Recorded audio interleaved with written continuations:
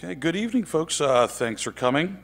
I'm going to call to order the workshop of April 23rd, 2018. First on the agenda tonight is a presentation by Michael Chamings on senior center parking. Mr. Chamings?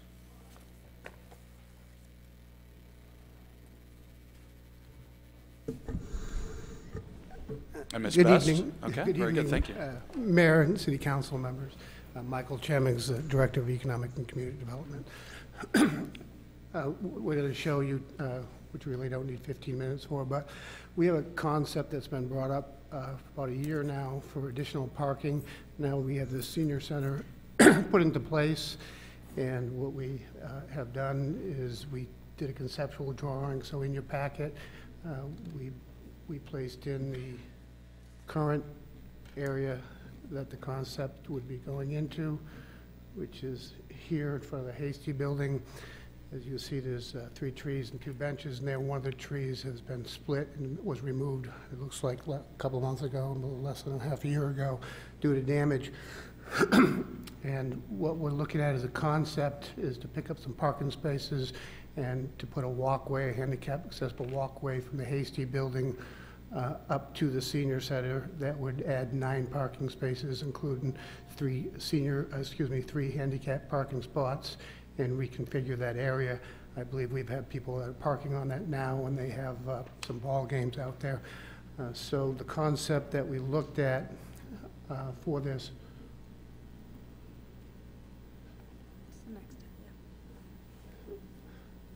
As you can see, I would push back the green area, would put a walkway in on the back side, a van accessible for 2 parking spots, and then the 3rd handicap spot towards the senior center, and there would be a barrier and a walkway.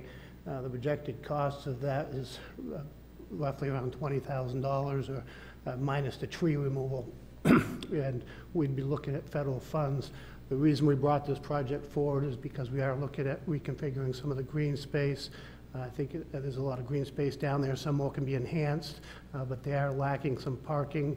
And what we would like to do is move this concept forward and look at some federal funding if you guys approve the concept. Did you have something to add to that?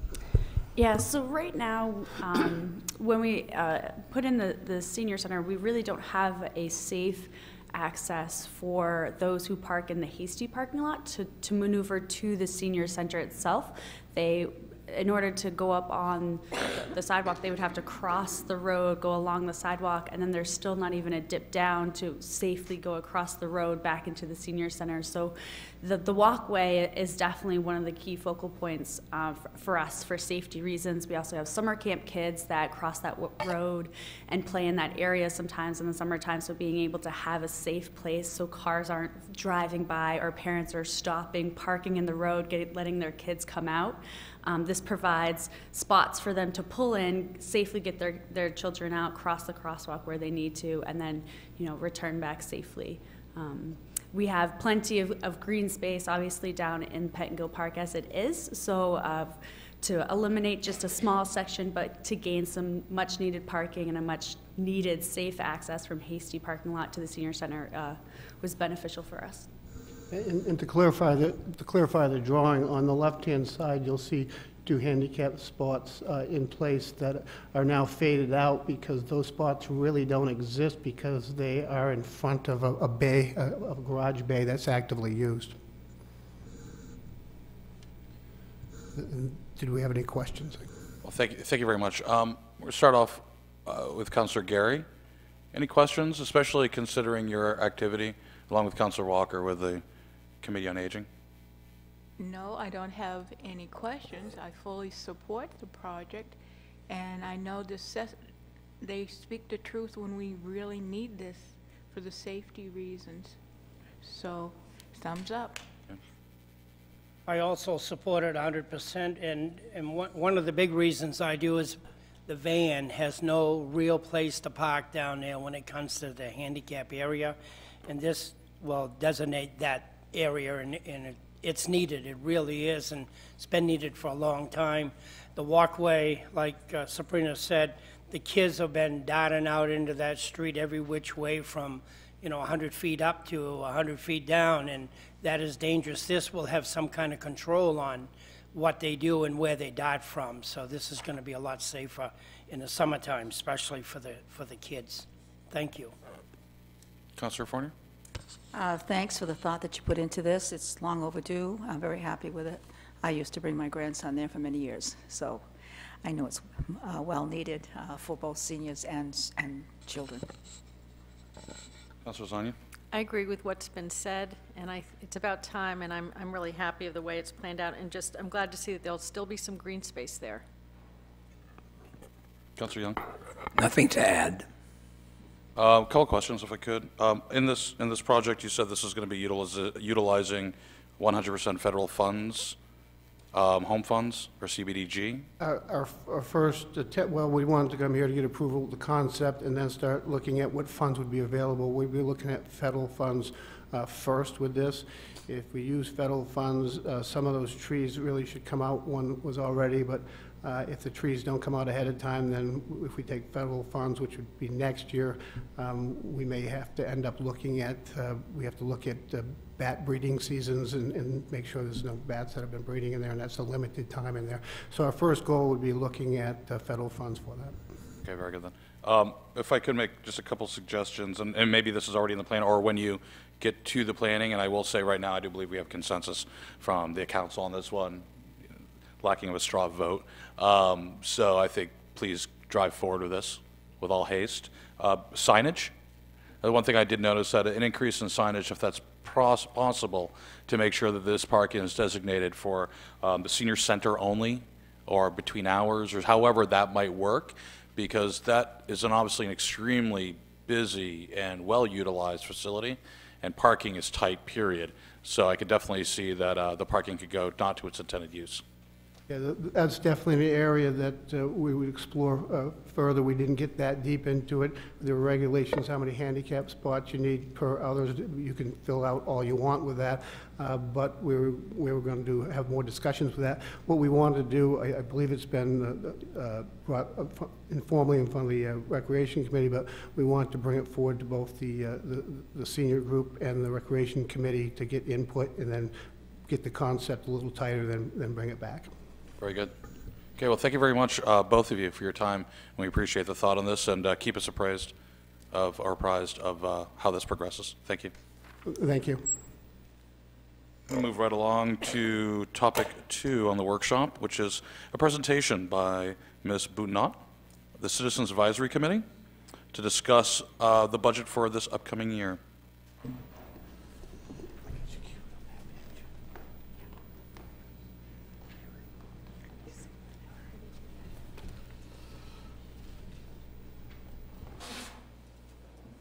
And just so I can, hello, how are you? And I should elaborate a little bit. We have Councilor Lasagna and Mr. Whiting, too, joining us today.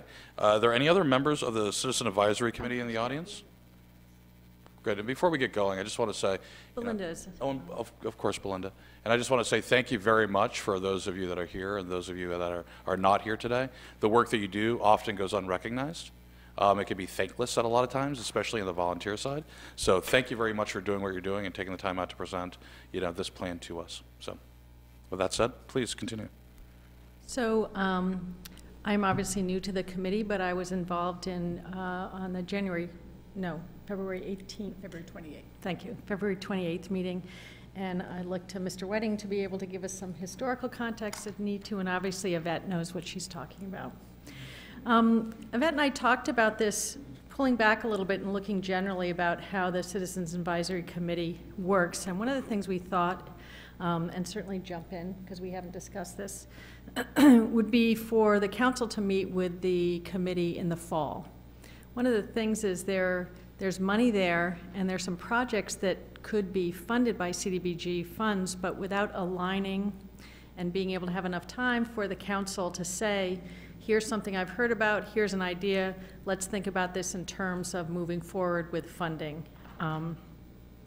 Also for the CAC to meet earlier in the year so that we're able to, both the citizens have enough time to be able to get up to speed and talk about projects and make sure that everybody's aware of what is going on. The community really drives the budget, their ideas about it, but we want to make sure that they're aligned with what the city is interested in doing. One idea also, for example, is to have a developer potentially could submit an application for specific funding rather than them trying to fit something into funding. For example, the STAR program was kind of predetermined who could apply for that and how the funds could be used. It hasn't been as successful as we want it to be, and potentially something that we talked about was perhaps it's because if a developer could come in and say, this is what I'm interested in doing, particularly when it comes to vacant lots and developing those, that the CDBG money could potentially be used in a more effective way for development downtown than it currently is. I think that we also have to realize that HUD has a very strict timeline, so that we need to make sure that we're aware of the HUD timeline throughout the entire process. And I think that's generally what we had talked about. So I really don't have a presentation for you this evening. We're here to answer your questions. I mean, the last time I was here before the council on March 19th, we did a presentation then, and there were councilor concerns, questions, and suggestions that we bring the CAC to you. So we have part of the committee here, so we'd be happy to answer your questions on our current proposed budget. Well, thank you very much. And before I open up to the council for some questions, just a point of clarification. You were talking about the desire to move some of your meeting schedules around in order to be more open. Is this something that you're still discussing as a possibility, or are you set and moving forward for those recommendations? No, it's just a discussion about this, but we thought that it was important to do this, and I'm not sure exactly what the process will be in terms of meeting with the Community Advisory Committee about that. And I know more meetings aren't always welcome, but I really think it's important. This is a good amount of money and could be used, it is, and could even be used more effectively in the community. Okay, well, thank you. Sure. It's, you know, it's a budget, and it's a template, and it doesn't always work out the way you would like it to. The STAR program's a good example. Everybody's interested in seeing business take out loans, but they, for some reason, haven't been that attracted to it. So, you know, I think the committee is in favor of something like that, but isn't, you know, wed to that exact acronym or whatever. It's just the intention. And I think over the years, a lot of members of the committee have been frustrated because they forget that it's an advisory committee. Ultimately, the city council makes the decisions, and we recognize that. I've been on it long enough to understand that. But it's been a good committee. We have good members who are engaged and, you know, anxious to and I think they would meet, you know, more frequently if needed. And maybe the fall idea is a good idea, because we've historically stuck to a, you know, winter and spring schedule, and then it goes to Yvette and her, you know, part of city government, and then pretty much maybe with the council, and we're not back together again for quite a long time. And maybe you could do a midstream adjustment, which would use the money more effectively or quicker. Thank you for that. I'm going to open up to the council, starting my right. Councilor Young, do you have anything to add or questions about the budget that's in your packet? Not at this time. Councilor Fournier? Same with me, not at this time. There are a few I know I'll have, but not right now. Councilor Walker? I pass for now. Councilor Gary? Thank you, Mr. Mayor. What I can say is the committee worked hard to try to make ends meet with what monies we had for the different parts of the budget. Granted, we didn't do it, I mean, we didn't identify all the projects in the budget because we had to leave it open to interpretation by the departments as the needs came in. If a property owner came in to participate of a grant or a loan program, or for whatever reason. I mean, take for example the parking issue up around the library. we allocated funds for street and sidewalk improvements and stuff, but we, at the time, didn't identify the library project. But it was the department, planning and permitting in conjunction, which oversees the CDBG office. They're using some money from CDBG as well as other funds in order to make that project all come into place. I know we've had some of our CDBG committee members question, well, wait a minute, I didn't know we were doing the library project, we didn't discuss it. We discussed that we had put X number of dollars in a fund that would going to be projects to be identified at a later date. And I stand on this report that our committee worked hard with, and I do like what the good counselor Lasagna's come up with, that we should change our meetup schedule so that we can maybe plan better and be more in sync with the intention or the goals of the city council and the running projects of the planning and permitting. Thank you, Councilor Gary. I do have to give a lot of credit to Yvette for discussing what the changes could be, and I appreciate you supporting that. I have several questions and some comments, and forgive me, first of all, if some of this information is provided in some sort of packet somewhere that I just don't have access to or aware of. And please, if that's the case, just tell me, okay? But there's a couple things that I've noticed here. And first, an honest evaluation. What I'm hearing is funds are there, so it's a case of, we have the wherewithal to accomplish great things, but there's a disconnect somewhere. And I definitely applaud you all for looking at the process and saying, maybe it's about meeting schedule, maybe it's about the process. But is it also, if I could add to that, is this a case of, being proactive versus reactive? Is there anything that we can do as a city to advertise some of these programs more effectively? Have we looked at that, or has your committee looked at that? And if so, are there any recommendations? And if not, could they? And is there any funds within this budget or allocation that can be utilized to help spread the word, so to speak? Because going through this, I can see a half a dozen things that could benefit any citizen, at those certain income levels in Auburn. So just help me if you could, and help the council understand what that process is, or if there's any thinking on that topic. I'll make a comment, and then I think Ms. Boutno can actually answer probably in more detail. And Councilor Gary brought this up. Trying to align these things, Mayor, it's a little bit complicated because of the different schedules that people are on, but one of the things that we had mentioned was, for example, the STAR program was created and then people were asked to apply to that structure that was created, as opposed to perhaps talking to developers and saying, what do you need to be able to make this work? And I think that may answer your question, and part of being able to do that would be starting the process earlier.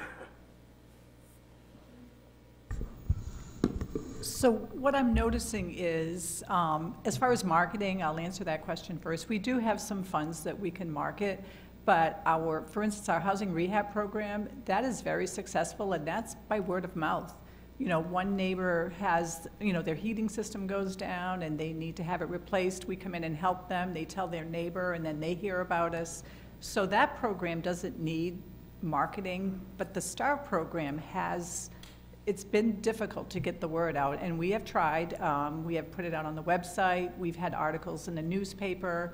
Mr. Chammings plans to bring brochures to the B2B trade show, although I think it's going to be a new name this year.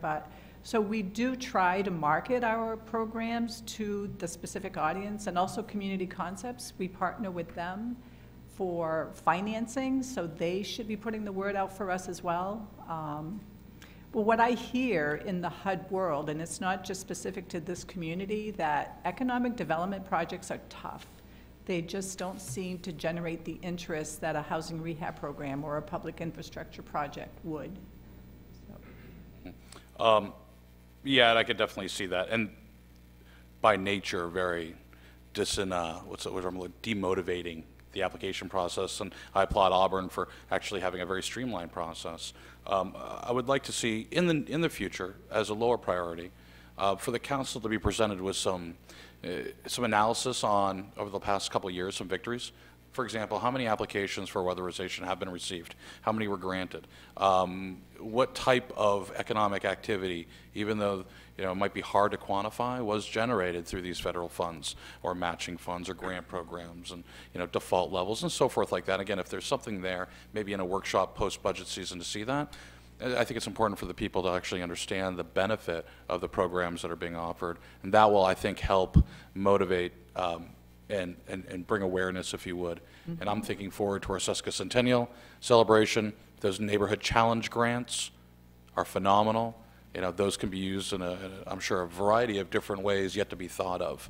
And I definitely be relying upon your committee to think of different and exciting ways for those funds to be utilized. Yeah, and I just want to add, we do track the projects that we do, and in the fall, in September, is when we need to report to HUD how we have met the goals that we've outlined in the consolidated plan. So that would be a good reason to bring the CAC together again then and share with them the successors of the year and maybe those that have not quite made it, and so try to figure out early on what we can change to make our programs more successful. Well, very good. Thank you very much. I will ask, is there any questions from your committee to the council? Is there anything the council can do or city staff to help support your efforts? Maybe an unorthodox question. I appreciate it, and especially having Councilor Gary on there as a citizen is very helpful. These are good suggestions. I think one of the things is, and I don't know, how much capacity does this group have to be able to do kind of a cost-benefit analysis of the money? And if we do have some of that, it's great, and if not, can we get some help with that? Does that sound reasonable? Yeah. Well, thank you very much for all of your time. Thanks. We appreciate it, and have a great day. And again, thank you very much to the committee for volunteering their time. Help me if you have a question, by the way. I don't have to skip over you. No, it's fine. I think Holly wants you to do a cost-benefit analysis. Just saying. I'm pretty sure Holly wants that. Good, thank you. We're moving right along now. We will be discussing Fire Department Overtime EMS Working Group Report with Peter Creighton, Mr. Bob Stone, and Chief Chase.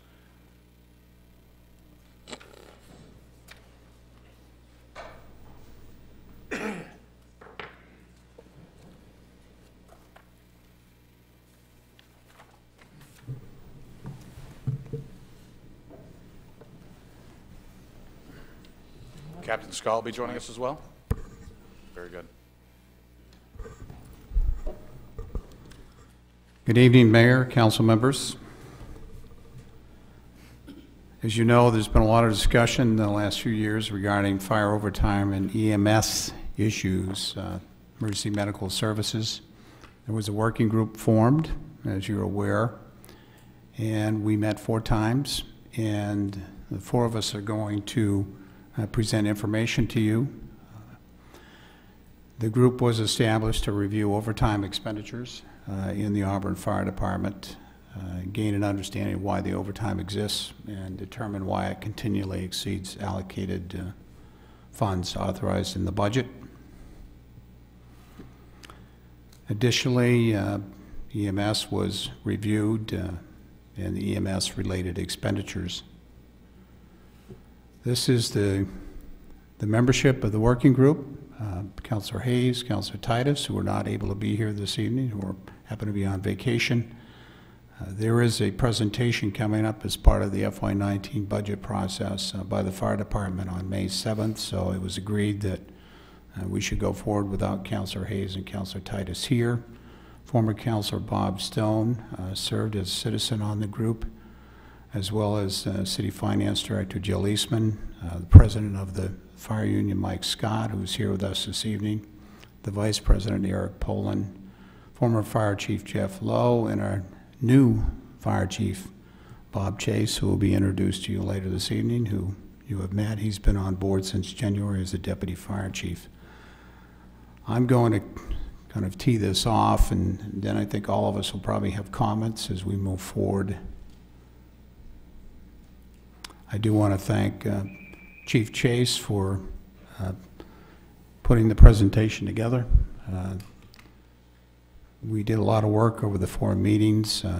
There was a presentation by former Chief Jeff Lowe, which was a review of department structure and staffing. You should have that material. We can post that also on the city's website. In that presentation, there was a review of historical overtime expenses. There was also a review of what triggers and drives each overtime subcategory. In the meeting of March 14th, we talked about the fact that with the budget for the last several years, we have continually exceeded amounts that have been budgeted. We also discussed the cost of the fire department overtime without EMS, and we talked about EMS transport, and we discussed the largest overtime expenditures are in the area of vacation replacement, short-term sick leave, and what is being done to control these costs. We also discussed fire department schedules, which Chief Chase can speak about. This slide shows historical overtime data. If you go back to FY14, you can see in terms of vacation, what has been budgeted is $20,000 annually, and the average being spent is $108,684. So there's a large gap there on the over expenditure of that account. This amount is fixed by contract. We also have long-time sick. Here we have again a budget of $20,000 when the average since FY14 through FY17 has been $78,024. And that is over budget by $58,024. And then short-time sick, as you can see, that has been budgeted from FY14 to FY17 at $89,000 when the actual expenditures has averaged out to $160,602. So we're over budget on that account by $71,602. And then there are other overtime items as well, which accumulate to an over expenditure of $106,622. So the total over expenditure is $324,932. There's a reason for this, and we will discuss that, give you an overview of that in the next few minutes. This slide shows what the vacation replacement overtime has been the past few years in terms of FY14, 15, 16, 17, and 18 year to date. Again, the theme here is that the actual expenditures have been exceeding the budgeted amounts.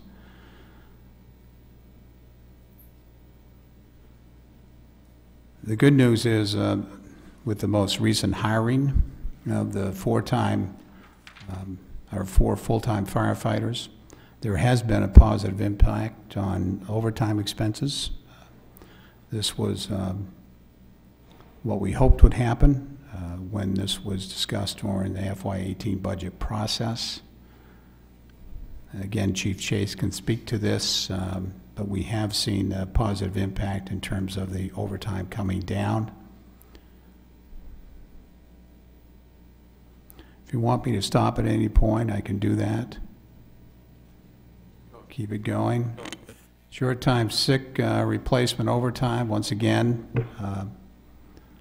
you can see the budgeted amounts, $89,000, 2014, 15, 16, 17, and 18, and what the actual expenditures have been. What's interesting about this slide is it shows the sick leave usage for 2017. And it shows that the usage for most of the firefighters was less than 5 days. In fact, 70% plus, 75%. That's a good thing. And then it shows up to 10 days, is another almost 22%. And then more than 10 days, a little more than 3%. So most, in fact, the vast majority of the firefighters are using their sick leave less than 5 days or up to 5 days. At the meeting on March 21st, there was a discussion about various fire department work schedules and a review of the EMS budget. We looked at emergency services scheduling, and at this point, I'm going to shift it over to Chief Chase and have him speak about these slides coming up. Thank you. The intent of the exploration into the emergency services scheduling opportunities was to try to understand if there are different scheduling schemes, if you will, within fire department and emergency services, and if our current scheduling plan lends itself to inherently incur more overtime. And in general, what we looked at, because we're in the type of business where it's 24 hours a day, 7 days a week, coverage 168 hours a week. Emergency services typically devise a schedule that is made up of either 3 or 4 platoons. Auburn Fire currently has 4 platoons, and what that equates to is the average work week of 42 hours a week. However, there are scheduling systems, and we can go through it a little bit more, in which you only have 3 platoons and the average person works, on average, the individual works 56 hours a week. But in general, what we found, there are some nuances and opportunities to reduce overtime with the schedules. But fundamentally, no matter what schedule you have, the amount of personnel you have times the number of hours that you have to cover, which is 168 hours, times the average salary is going to result in your payroll costs. Overtime typically is incurred when your staffing does not allow for the covering when there are vacancies. And in every opportunity, vacancies either from scheduling or sick time are the big drivers for us. And so in every opportunity, it's that you try to maintain appropriate staffing levels so that you have additional capacity from the manpower or from a staffing standpoint to absorb those vacancies. This just quickly depicted what of the 42-hour schedule with 4 platoons indicate the yellow shaded areas where shifts that any one individual would work, and you can see, for example, at Auburn, they work 1 day on, 3 days off, and then back for 1 more day. So some weeks they have a 48-hour week. On occasion they do have a 24-hour week, but the Fair Labor Standards Act allows us to average that in the fire department for an average of a 42-hour work week. And again, not necessarily that any of these drive any additional overtime. These 3 platoon systems are a 56-hour schedule. And Fair Labor Standards Act, which is a federal employment law, does require that we would pay overtime for anything over 53 hours. So this would be an example of a schedule where there would be some inherent overtime built in, federally required. So we don't have those federal requirements on us because of our current system, and we fall below that threshold. So again, the summary of the scheduling changes that we evaluated. We could explore scheduling changes through the collective bargaining process. There are a lot of nuances, and so we should explore those as trying to determine what's most cost-effective for all payroll considerations. That's to include straight pay, overtime, but additionally the expenses associated with benefits packages and payroll burdens. Because again, each one of those has a different number of employees that are required to meet the service demands, and so we should understand total costs. And so there are opportunities there, but that should be explored in a comprehensive way as a result of in analyzing total payroll costs. And again, the biggest summary is overtime in any scheduling system occurs when there is insufficient staffing to cover reasonably anticipated absences. At that point, the committee really transitioned to a review of the EMS system And as Chief Lowe pointed out in the very first meeting, the nature of this discussion was really to try to understand any concerns that might continue to exist from the establishment of EMS transport and be able to get you the information that pertains to that. There was a small EMS overtime component that was brought into question, and we provided information on that. It was a small driver in our overtime budget all in all, but it seemed like the nature of the conversation was rather understanding that what the EMS budget entails and what the revenue and expense, the revenue versus expense is for EMS transport. And as it was described, and this was a great process for me because it really was the opportunity for me to get very educated on it as well. We did an analysis of the EMS costs, and initially it was asked if we could break out all EMS costs. And we found that very difficult because EMS has become an ingrained part of what all fire departments do at one level or another. It would be very hard for us to say that the fire department will do no EMS, because if there's a medical emergency directly across the street from Central Station on Minot Ave, the citizens are going to have an expectation that we provide some level of service for that. And so what we found was that, and this is probably not new information to most of you, but the EMS budget, when it was established, was really established to quantify the additional costs that were going to be incurred by adding transport EMS service. So it didn't include all of the cost of the EMS services we had been providing for years, where we went to provide first responder care to citizens, but rather just the cost associated with that additional skill or that additional service of doing the transport. And in doing that analysis, we really affirmed that that EMS budget is inclusive of all of the costs that had been incurred with EMS transport. And further, the finance director helped us to pull information that showed that that budget consistently, when compared to the revenue that EMS transport has generated, consistently generates between $500,000 and $600,000 in additional revenue above the expenses that were incurred. To put it another way, the city is now budgeting for the revenue that comes in from EMS transport, and if EMS transport were to go away, we would have to find, through taxation, another revenue stream to offset that $500,000 to $600,000 that EMS transport is bringing in. And so there was a pretty strong consensus among the group that that would be a very difficult thing to get rid of at this time because of the dependence, if you will, that we've had on being able to generate the revenue stream. And it also seemed that there was some affirmation that the expenses are true with regard to that EMS budget being inclusive of what was incurred for additional expenses for EMS transport. And these are our recommendations moving forward. In our March 28th meeting, we really discussed the recommendations. The biggest recommendation, and Chief Lowe had expressed this to me when I came in, was that there would be a realization that it would be very hard for us to find any silver bullet that we could put into place immediately that would make a considerable impact on the overtime. Now, that's not to be dismissive of the fact that I intend to try to do everything operationally to control what we can, but that many of these drivers and triggers that City Manager Crichton spoke of earlier are really in the contract and relative to the level of service we've defined. And so that needs to be part of a larger collective effort to try to understand it through the collective bargaining process, the review of our internal procedures, and an analysis of the expectations that the community has that there be a fire engine in their local station, for example. So we want to continue down that path.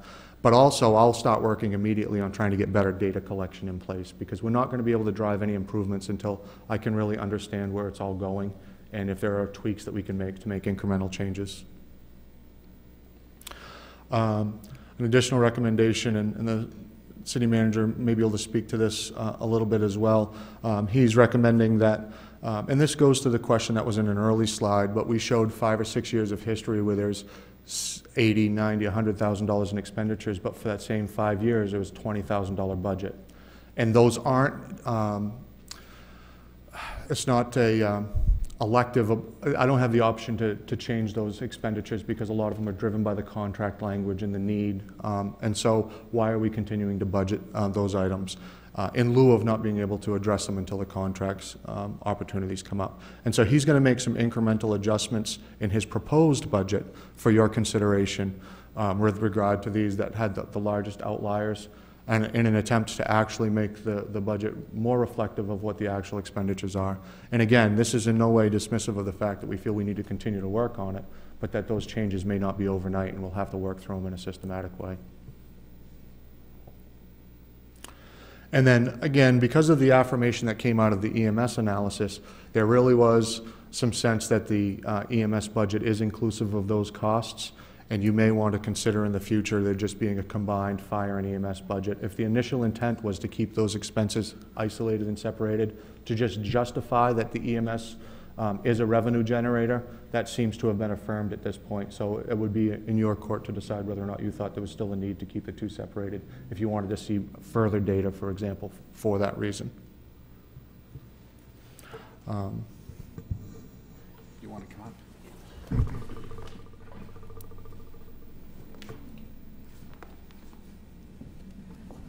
I think the three things that jumped out on this team effort. First one was budgeting.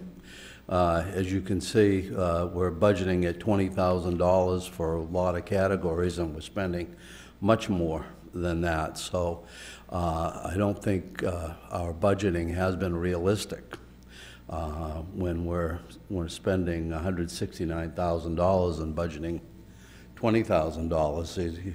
The thing that's going to happen is that, you know, we're going to be hearing, oh God, we're over budget, and so I think we need to really, perhaps over time, bring that budgeting factor into line with reality. Second thing, I think one of the key slides and facts that came out of the presentation, the work, was that 70% of the department is taking 5 or less sick days a year, which is, I think anybody who's been in management knows that most companies budget between 10 and 12 sick days a year normally, where people are out sick. So we don't have a lot of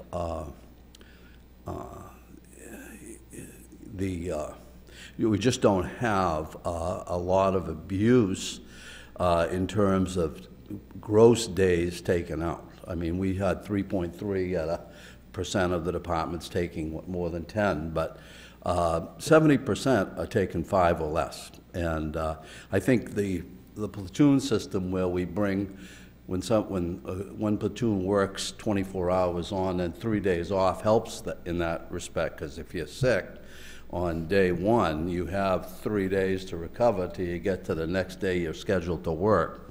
So I thought that was an interesting fact, that there were 70% taking less than 5 or less. And the other piece was the EMS. The thing that we found was that a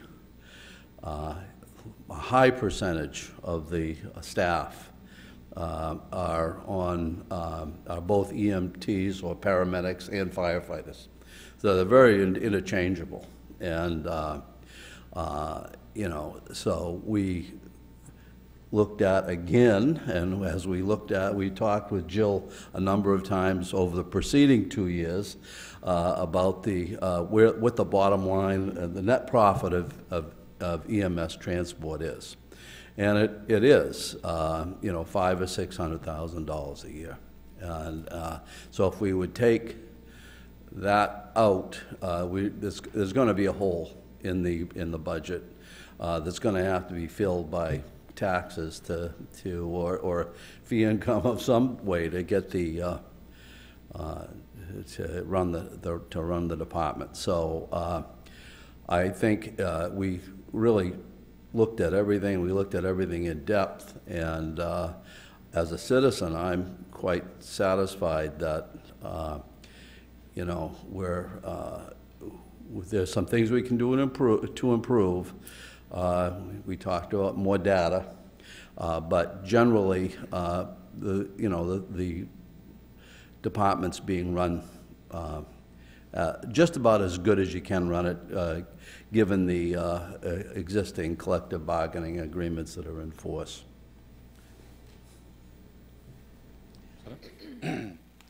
Any comments? Okay. I'm gonna bring it back here to the council. Any comments, thoughts, and I will preface this with, obviously, one question: when is collective bargaining coming back up again on the table? When does this process start? The current contract will expire June of 2019.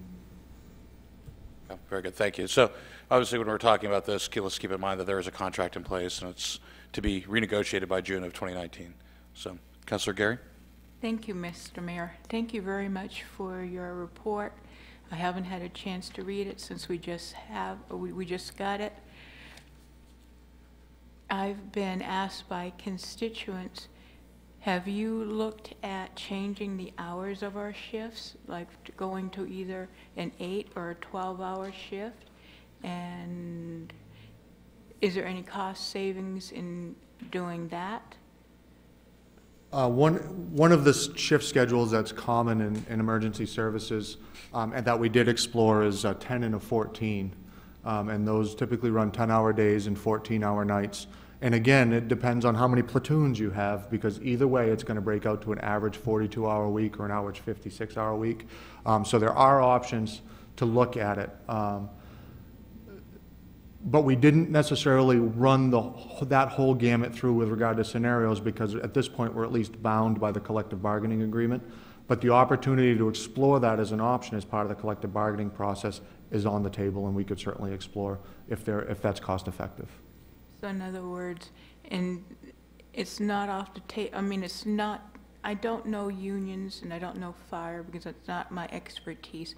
So in other words, it's not union rules that you have to do a 24-hour day shift. It currently is. Part of the collective bargaining process that's in place is that they will work a 24-hour shift, and that was the first presentation, the first shift schedule I showed you, 124 on and then 3 days off. So at least through the terms of the current agreement we have with the employees, we would maintain that.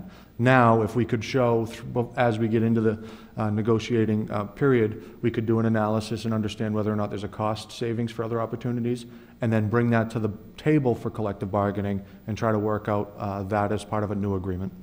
Right, but it can be entertained in the future, mutually agreed. Yes, it could be. Okay, that's what I mean. It's not Nope. It's not illegal. Nope, there are opportunities to make changes there. Yep. Thank you. Councilor Walker? I have a couple thoughts or questions, I guess. One of them is the EMS running 24 hours a day for our future, I think, is the wrong category to be in. Stress-wise, number one, I believe we're overstressing these people that work and that are called out at all hours of the day and night if they're working. I don't think they are sleeping correctly. If you're called out 3 times in a night or 4 times in a night, there's no way you're getting the right amount of sleep. I believe that can be a problem in the future with people after 10 and 20 years of work in this kind of a system. The other thing I would like to see you look at is there a way a volunteer fire department can work in this group by having either 1 or 2 at all times at the fingertips to come in. We could somehow give them a stipend, I guess, to come in. That would be a heck of a lot less than overtime being spent every time a man is missing or whatever.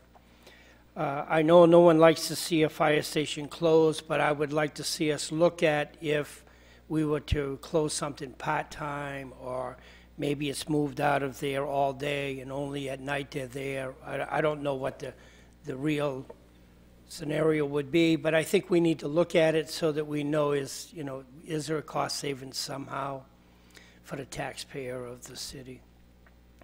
That's all I can think of at this point. I'm sure there's other things, but. Councilor Forner? Thank you, Mr. Mayor. I was thinking of a couple of things. I think the EMS, as Councilor Walker has pointed out the 24-hour per day, that must be very, very stressful.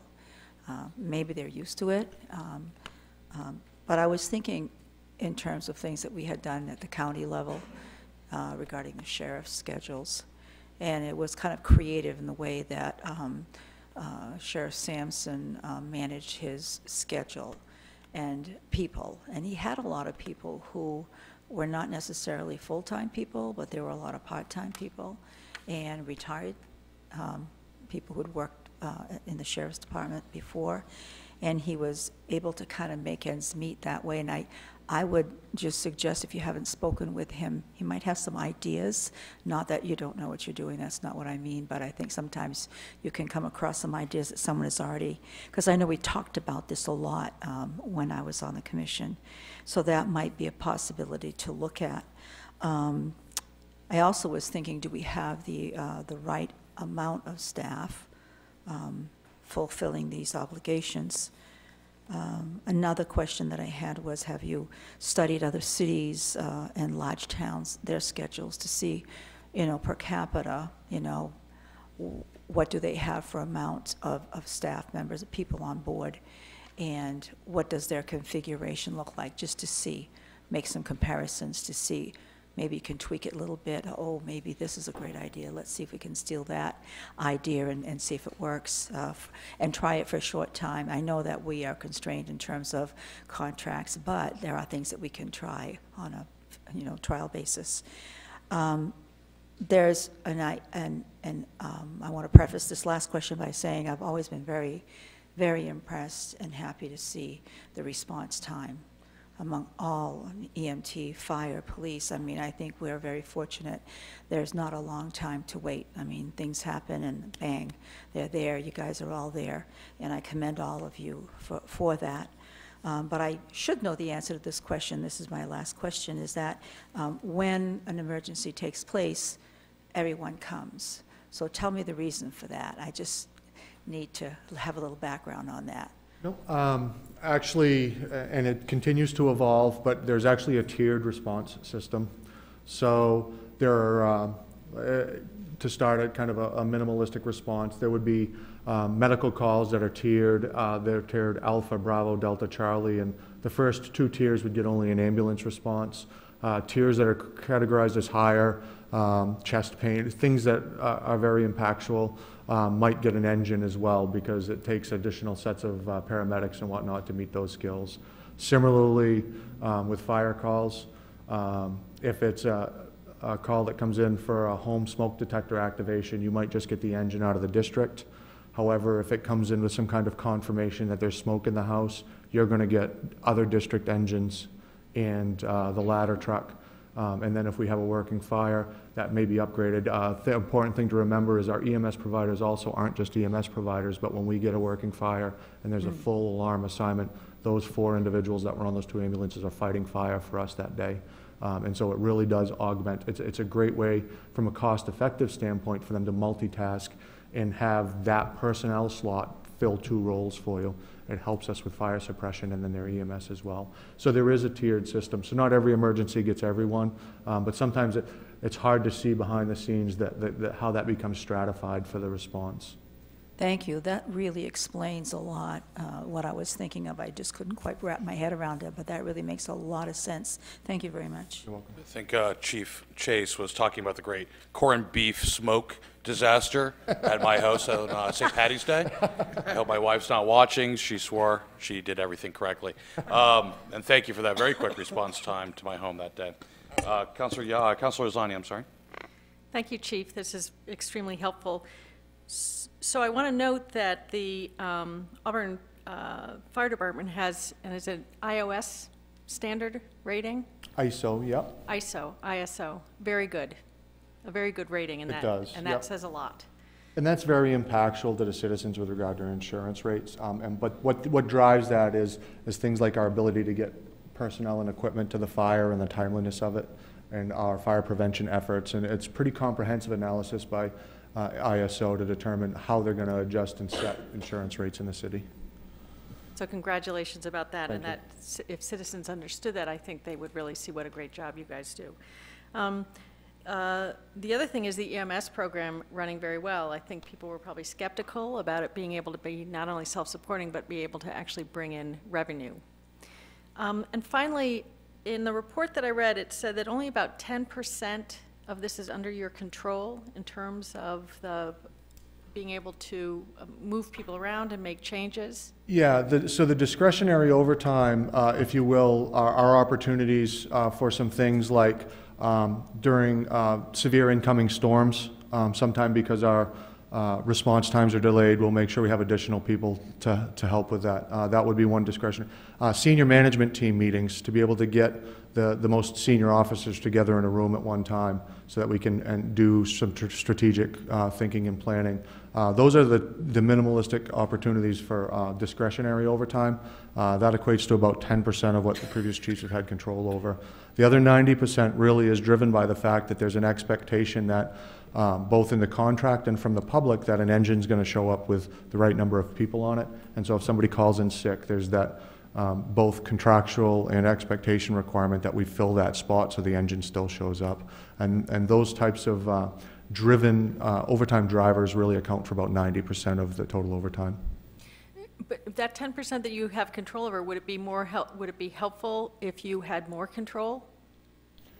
I think in all aspects, the opportunity to have more control and consider management's opportunities to manage the department and make discretionary decisions are important.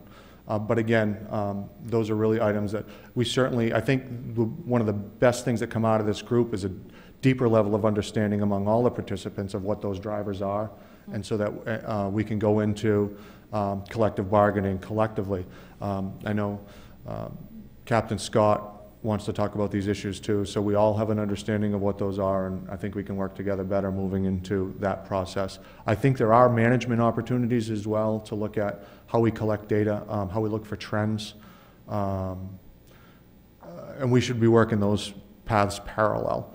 But again, what I come back to is that I really think this takes a cohesive, collaborative effort across a period of time, because the types of changes we're talking about affect contracts that last 3 years and level of service that impacts whole districts and things like that. Well, and I appreciate the study being done in such a timely manner so that in terms of collective bargaining a year from now, there'll be good preparation and good information. So thank you. Thank you. Councilor Young. When you say a person might be out 5 days, now that's over a period of, I don't know exactly how many weeks, but that's 15 8-hour shifts. That's like 3 weeks. I see that as a big problem. I see people playing it down quite a bit. You say, well, only 5 days, but 8 times 3, that's 15 8-hour shifts. That's 3 weeks. That's a big budget buster for any company. Any reaction? Yeah, well, I don't disagree with the fact that I think we need to look at those. There's a little bit of a difference in the work that we do, in that in many cases, folks can't go to work with, if you will, ailments that others might. For example, a head cold in which, I may continue to go to my job because of the nature of what I'm doing, in the office. I think people in our field do intend to call in sick more for those because they've got to wear an air mask and an air pack, and they might not be able to perform the job skills. The other opportunity is, things like there are lots of jobs you can continue to go to with a broken foot. We can't fight fire with a broken foot. And so it really is important that we make public sector and private sector differentiations in some of these instances. But what that means is that an individual has, the way to interpret that data would be that an individual has 5 sick occurrences within the course of a year. Unfortunately, you're right, because of the scheduling scheme we use, each of those occurrences incurs a cost of 24 hours, not 8 hours. And so that lends itself to the opportunity to look for what the costs would be if we had a different scheduling scheme, something like the 10s and 14s. But then you have to juxtapose the fact that if you're working 10s and 14s, that one day that you called in sick for a 24-hour shift, you may have called in 2 or 3 days because you were working 3 successive 10s, for example. And so, to your point, I think that there is need to dive into it further. I think there is need to explore if there are opportunities for overtime savings with a different scheduling scenario or different scheduling. Yeah, I wouldn't be dismissive of the fact that I'm happy or complacent with the amount of overtime use, but within the public sector, we're not far off of existing trends. I see it as a big problem, particularly with EMS. 24-hour shift, somebody working on you. Is there any other question, Councilor Young? No. A couple things before we wrap this up. First of all, thank you very much. Welcome aboard, Chief Chase. Day 1, hour 8. Okay, right from the pan into the fire. At least you have some experience with Auburn, so you're not completely cold coming into this. I'd like to thank also the rest of the members of the committee for coming together and having some very focused conversations to at least start the conversation and peeling back some of this onion. I've got some questions to Captain Scott. Not as Captain Scott, but as union rep, if you don't mind. There's obviously a reality of actuals versus budget. And in any corporation, if you keep saying and putting your blinders on and saying, well, I'm going to budget $20,000 a year for line item 17, and the actuals are never going to achieve budget, you need to start realizing or realigning your line items. You're starting to move in that direction as a unit, and thank you very much for that. I will say, to echo Councilor Young and the rest of the council, there still seems to be a fundamental problem that is being addressed, and positively such, as you can see with the trend, the most recent trends of sick time and overtime and so forth, going down substantially compared to previous years. Still not the budget. So I'm in agreement with increasing the budget numbers. I will say we're coming within a year of budget negotiations. And I have to ask you this. Is your union going to play ball and purposely drive down these costs to achieve budget? I don't think we ever really intentionally try to influence numbers at all. Not talking historically.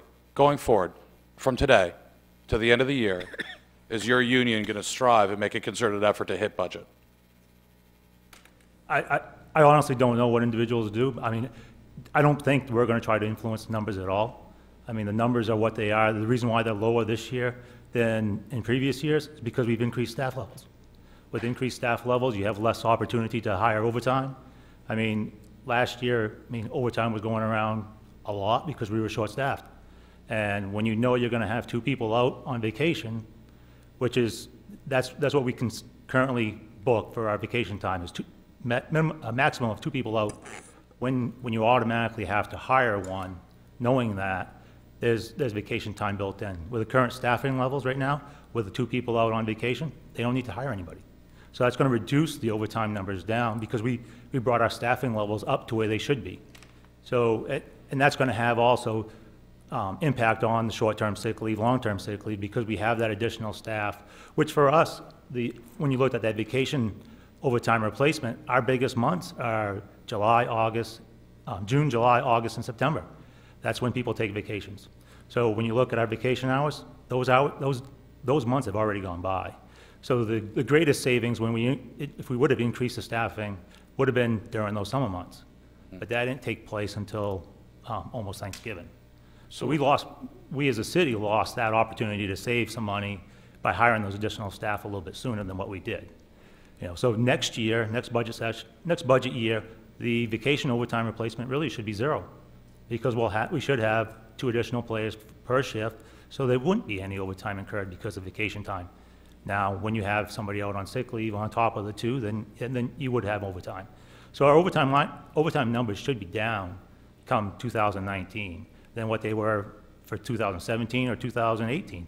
And we can look back 20 years, 30 years. As long as I've been here in the fire department, I've looked through the CAFA reports, and the fire department is in over budget since pretty much I came in '96. Still doesn't make it right, though. No, I know that, but I guess what I'm saying, when you look at the $20,000 that's budgeted for vacation replacement, that's what's been there for 20 years. Still doesn't make it right, though. And I know, but I guess what. So I understand, I mean, and I don't want to put you on the defensive at this, and I understand where you're coming from. I mean, historically, patterns have evolved. But I do believe it's time, as we look forward, to think about how to redo those patterns and how to achieve a good quality service and still come in at budget, a realistic budget, and realistic expenditures for the services provided. And I think that's the message from myself and, and lack of a vote from the council, the overarching kind of vision that the council has, quality of service for quality of cost, to be a proper steward of the tax dollars that we're being entrusted with. I'm sure there's multiple ways to get there, but it really all sorts with the organization within the city in order to get there.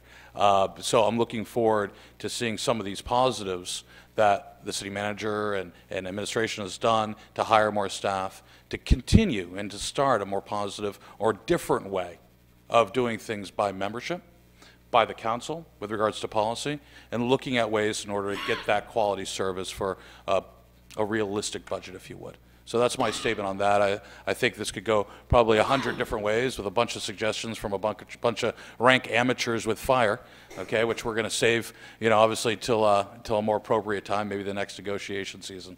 But I do think that the effort that you and your membership is putting through right now will pay great dividends for you all in the future. And I guess if I could just have 2 comments on that, on some of the things that have been brought up, like the 1014 work schedule, that we used to be there.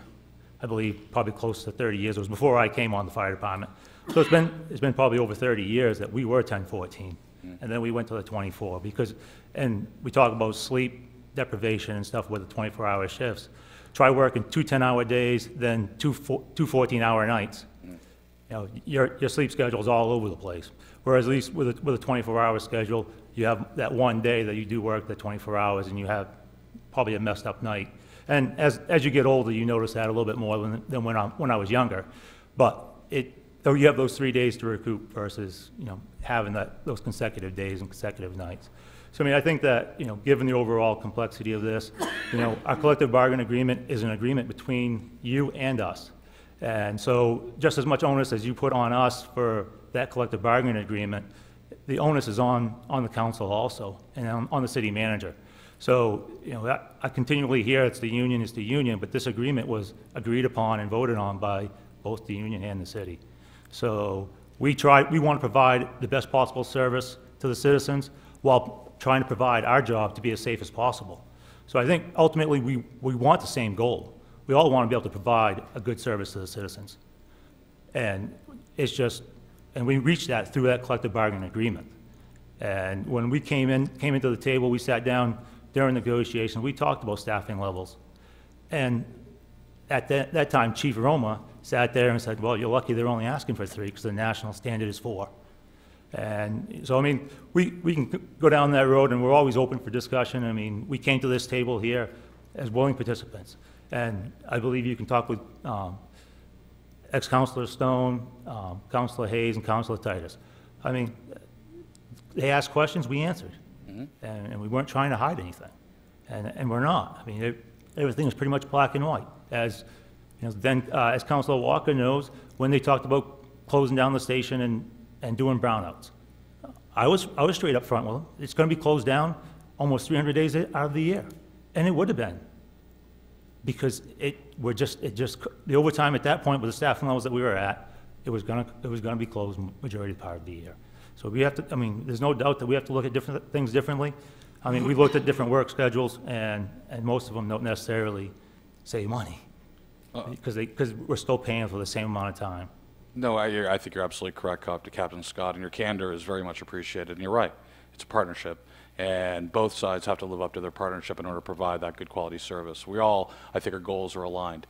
So it heartens me, and hopefully it heartens the rest of the council too, to realize that everybody from the union to administration, both of the fire and municipality, as well as the council, is kind of aligned on those goals, that vision. So if there's nothing further from the council, Councilor Walker? Yes, I'd just like us to keep in mind that I believe within the next 5 years or so, we're talking about a new public safety and a new public building. And I'm hoping that we think about how we want to put this public safety building together. And that means maybe we put a fire station in that building. The police department also houses that building, and also maybe that will relieve one of our fire stations that we have if it's in the proper place, and we can, send our fire department and police department out in the right directions without tying us up on Center Street or Route 4, whatever. So I'm hoping our future plan on what we're going to do is going to house more in one area and be able to disperse and do a better job with a new safety building and people working together. Very good. Thank you very much, folks, for all your time and effort.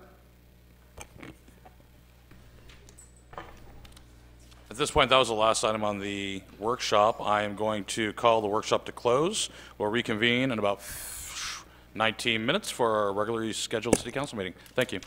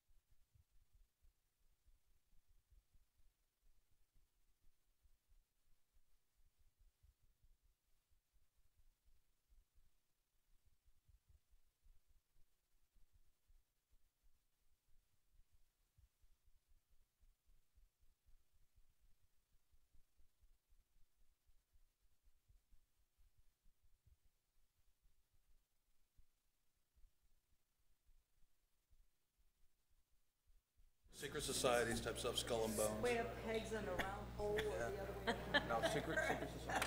Okay, we're up, guys. Yeah.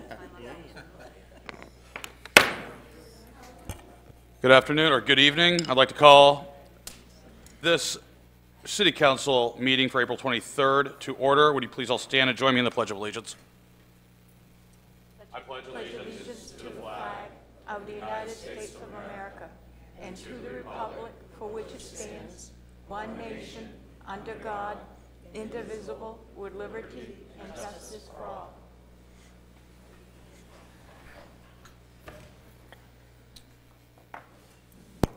Next on is consent items. We have one consent item on the agenda tonight. I will entertain a motion. So moved. Second. I have a motion from Councilor Zani and a second from Councilor Walker. By a show of hands, all those in favor of tonight's consent item? Opposed? None being, the order carries 5-0.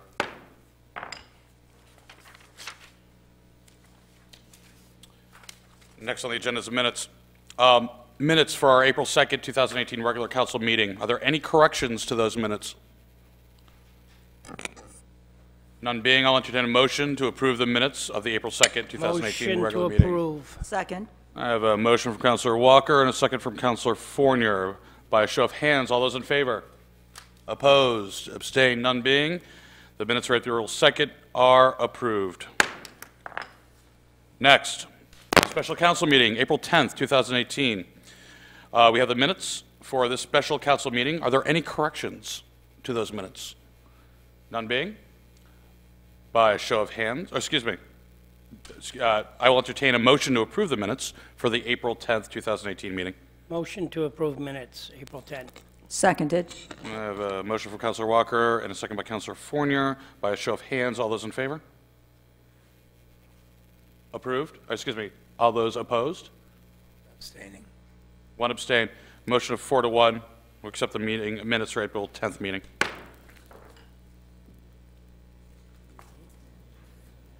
Moving on, actually one note on this. We did have a council retreat 2 weeks ago. Those notes versus minutes are on the website for public consumption. Moving on to communication, presentation, and recognition.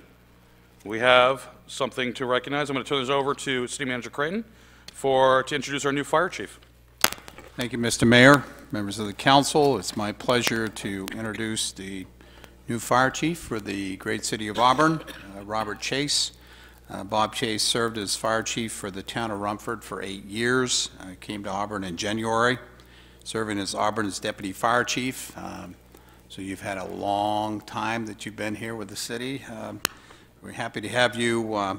Chief Chase has demonstrated outstanding commitment to the fire service profession. He has a BS in mechanical engineering technology from the University of Maine at Orono and is a certified fire officer and fire instructor.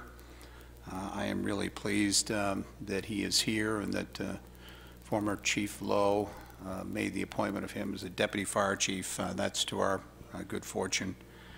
I'm confident with Chief Chase's training and his experience and knowledge and background that he'll provide strong leadership for the fire department. Look forward to seeing what we can accomplish.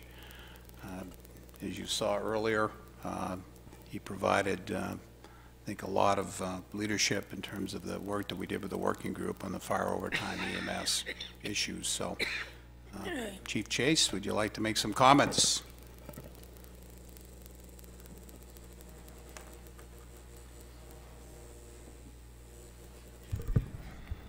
Mr. Mayor, Council, City Manager Creighton. I'd like to start by just saying how excited I was early last summer when the deputy position became available in Auburn.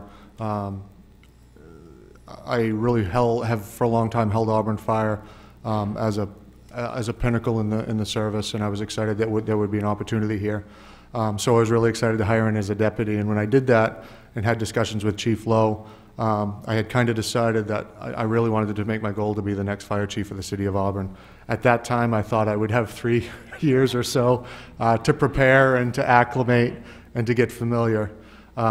Circumstances being as they may, and Chief Lowe's departure, here I am, and I'd like to express my gratitude to the city manager for his vote of confidence.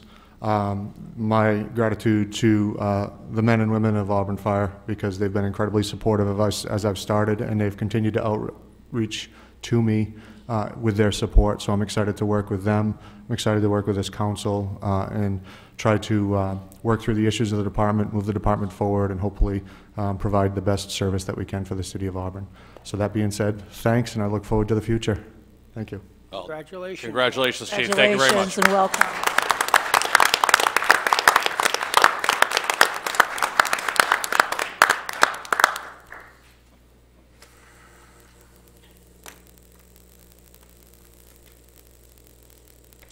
At this point, I'm going to open up to the first session, open session of the night. Members of the public are invited to speak to the council about any issue directly related to city business, which is not on this agenda.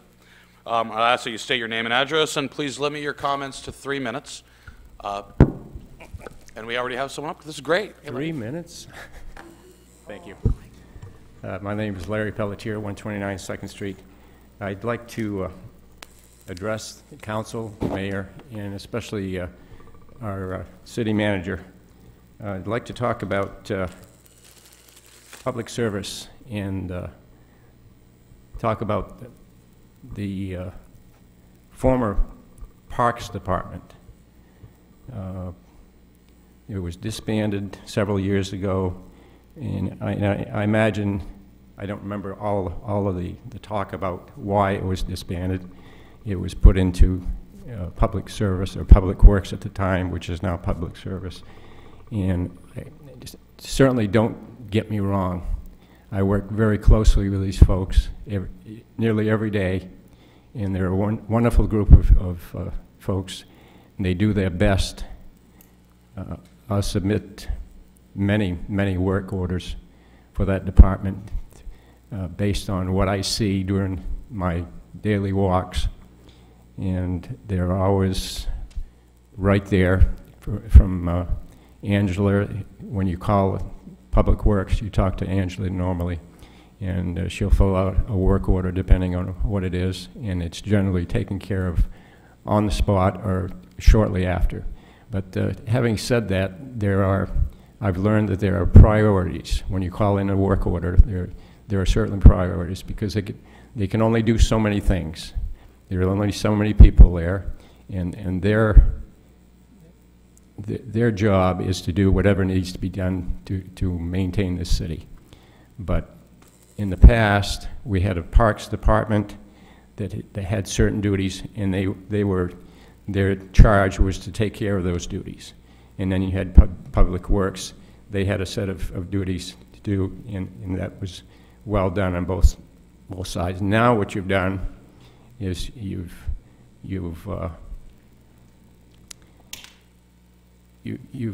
given the burden to the entire department, and as I said, that their priorities, things that have to be done before we can address other things that the Parks Department used to.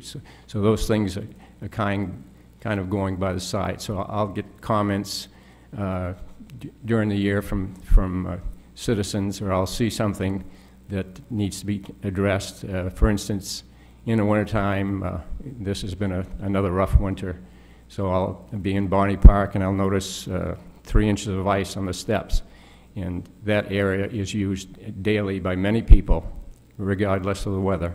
So I call Angela, and she said, I'll get somebody over to sand it. Well, in the past, that was taken care of. There was a department specifically responsible for taking care of those tasks. And now, I'll call, trash can needs to be emptied. We'll send somebody right over. There again, it should have been done without a call from a citizen. So I think my personal opinion is we need that department back to put their full focus on those chores, and specifically because it won't be too long, I hope, that the master plan in New Auburn is going to be taken care of, is going to be done, and it's going to mean more green space. Somebody's going to have to maintain that green space. And we have a history in this city of doing really good things, but not following up on maintaining those good things. So I would like to see that department come back. Thank you very much. I will say that before you leave, I will say that other people have said the same thing as well, and we've had conversations with city staff. I think it comes back down to an overall conversation of service and cost to deliver service, and which makes the best sense. So thank you very much for that, and hopefully we can get some answers to you and the rest of the people that have inquired. Thank you.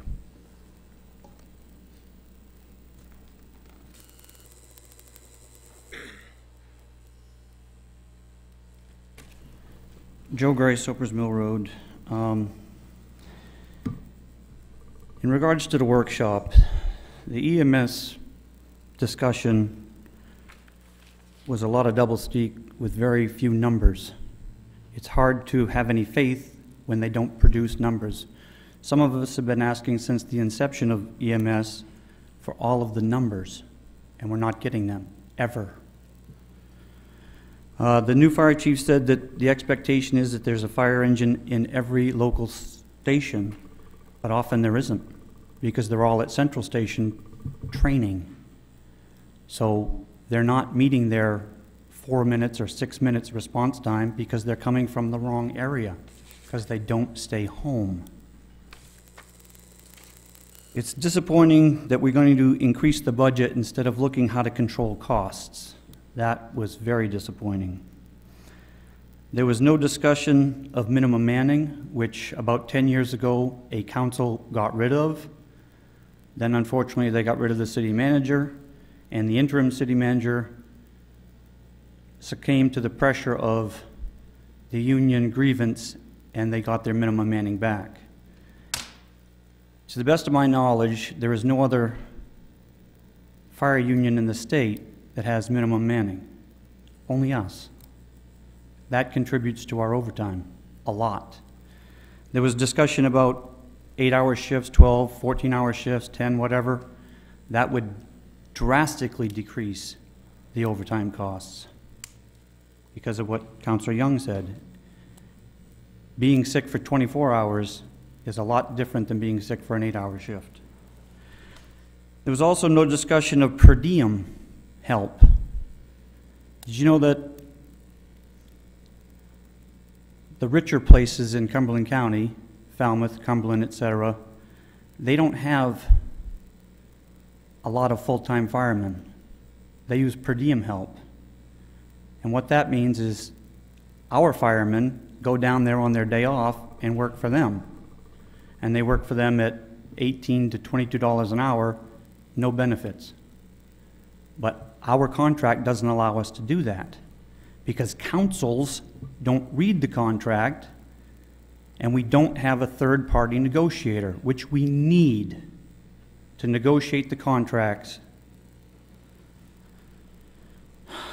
It was also disappointing that the new fire chief said, "We didn't do the work because there's a collective bargaining agreement in place." Why should that preclude you from doing the work? Councilor Fournier asked about hourly shifts, and he said, "We didn't do that analysis because we have a collective bargaining agreement in place." So what? It will come up. June of next year, it'll come up. The analysis should have been done. So you're taking a problem and just completely whitewashing it. You didn't actually look to solve the problem, you just looked to pacify everybody. And that is irritating about this city government. Councilor Lasagna, you asked about the ISO rating. I'm just curious if you know what it is. So, or its relevance. The fire department uses the ISO rating and says we have to get the smallest rating we can, the smallest being the lowest number. Currently ours is 3/9. 3 in the urban area, 9 out where I live. And the fire chief said that's reflective of all the great things the firemen do, and it is partially.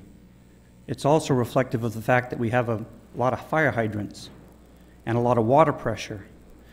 The city water district has as much to do with the ISO rating as the fire department does.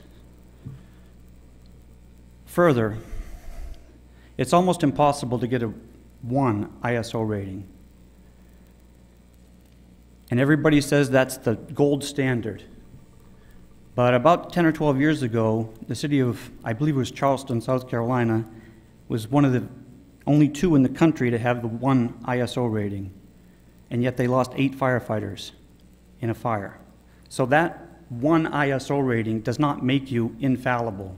It's not really something we should shoot for. They say the ISO rating will help people's homeowners insurance drop. That's not proven, because the #1 insurer is State Farm, and back in the 90s they said the ISO rating doesn't matter because they pay more for rebuilding partially burned houses than completely burned out houses, so they don't care about the ISO rating. So I'm glad you mentioned it, but please do a little more research about it. Enough of the fire department. Mr. Gray, your time is up. If you'd like to stay for the second session, I do have other people that need to speak. No, nope. I'm sorry? The time is only your time. No, we get 45 minutes. Before you came here, it was 5 minutes. So I'm going to take a couple more minutes because I have got a couple more things I want to talk about.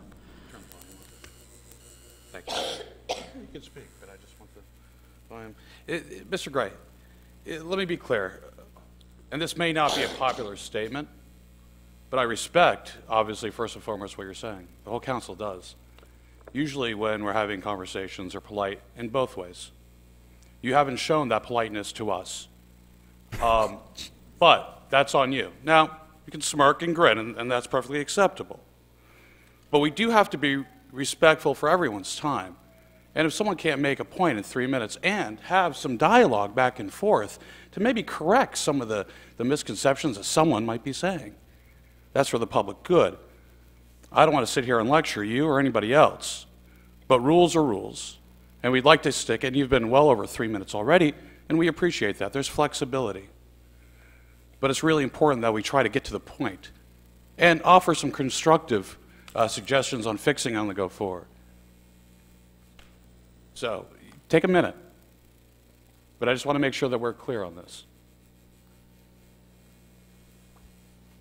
Next thing, this retreat, no matter what you call it, it was a meeting. Because most of you, except Councilor Walker, who was ill, were there that day. And you talked about city policy. That makes it a meeting. Meetings need minutes, not notes. And I looked at the website just before I got here. There were no notes.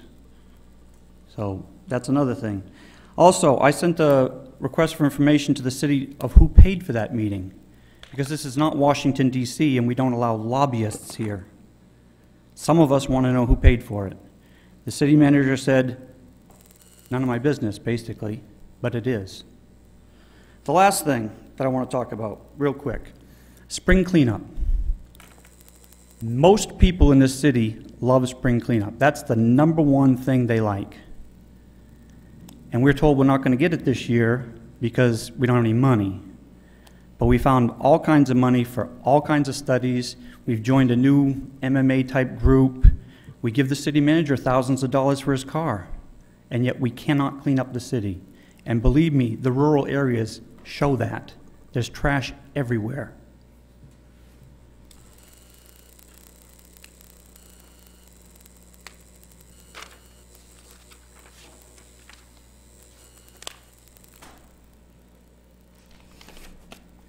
Dan Herrick, 470 Hatch Road, Auburn.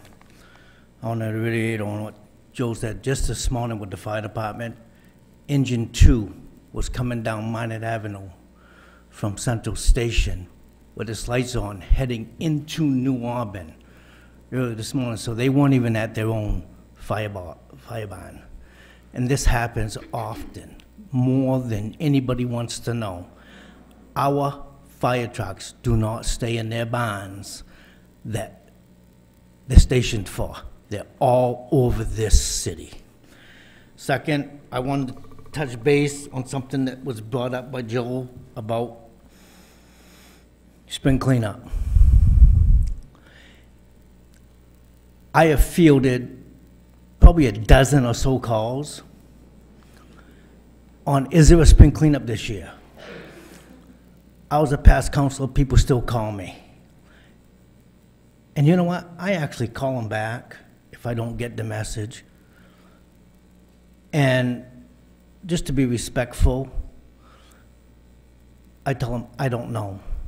Because I don't know why on earth it's the one thing that this public usually, as constituents, try to do every spring is clean up their basements and garage. And there's been numerous sunspots reports. There's been an article, it was a journalist that wrote an article about the snow's gone, spring's here, blah, blah, blah, and I don't know what the whole thing was all about, but I started reading it about how he cleaned out his cellar, he cleaned out his grandmother. It was a spring cleanup thing. He knew spring was here. Come in from Freeport up 136. That's our gateway into New Auburn. It's horrendous.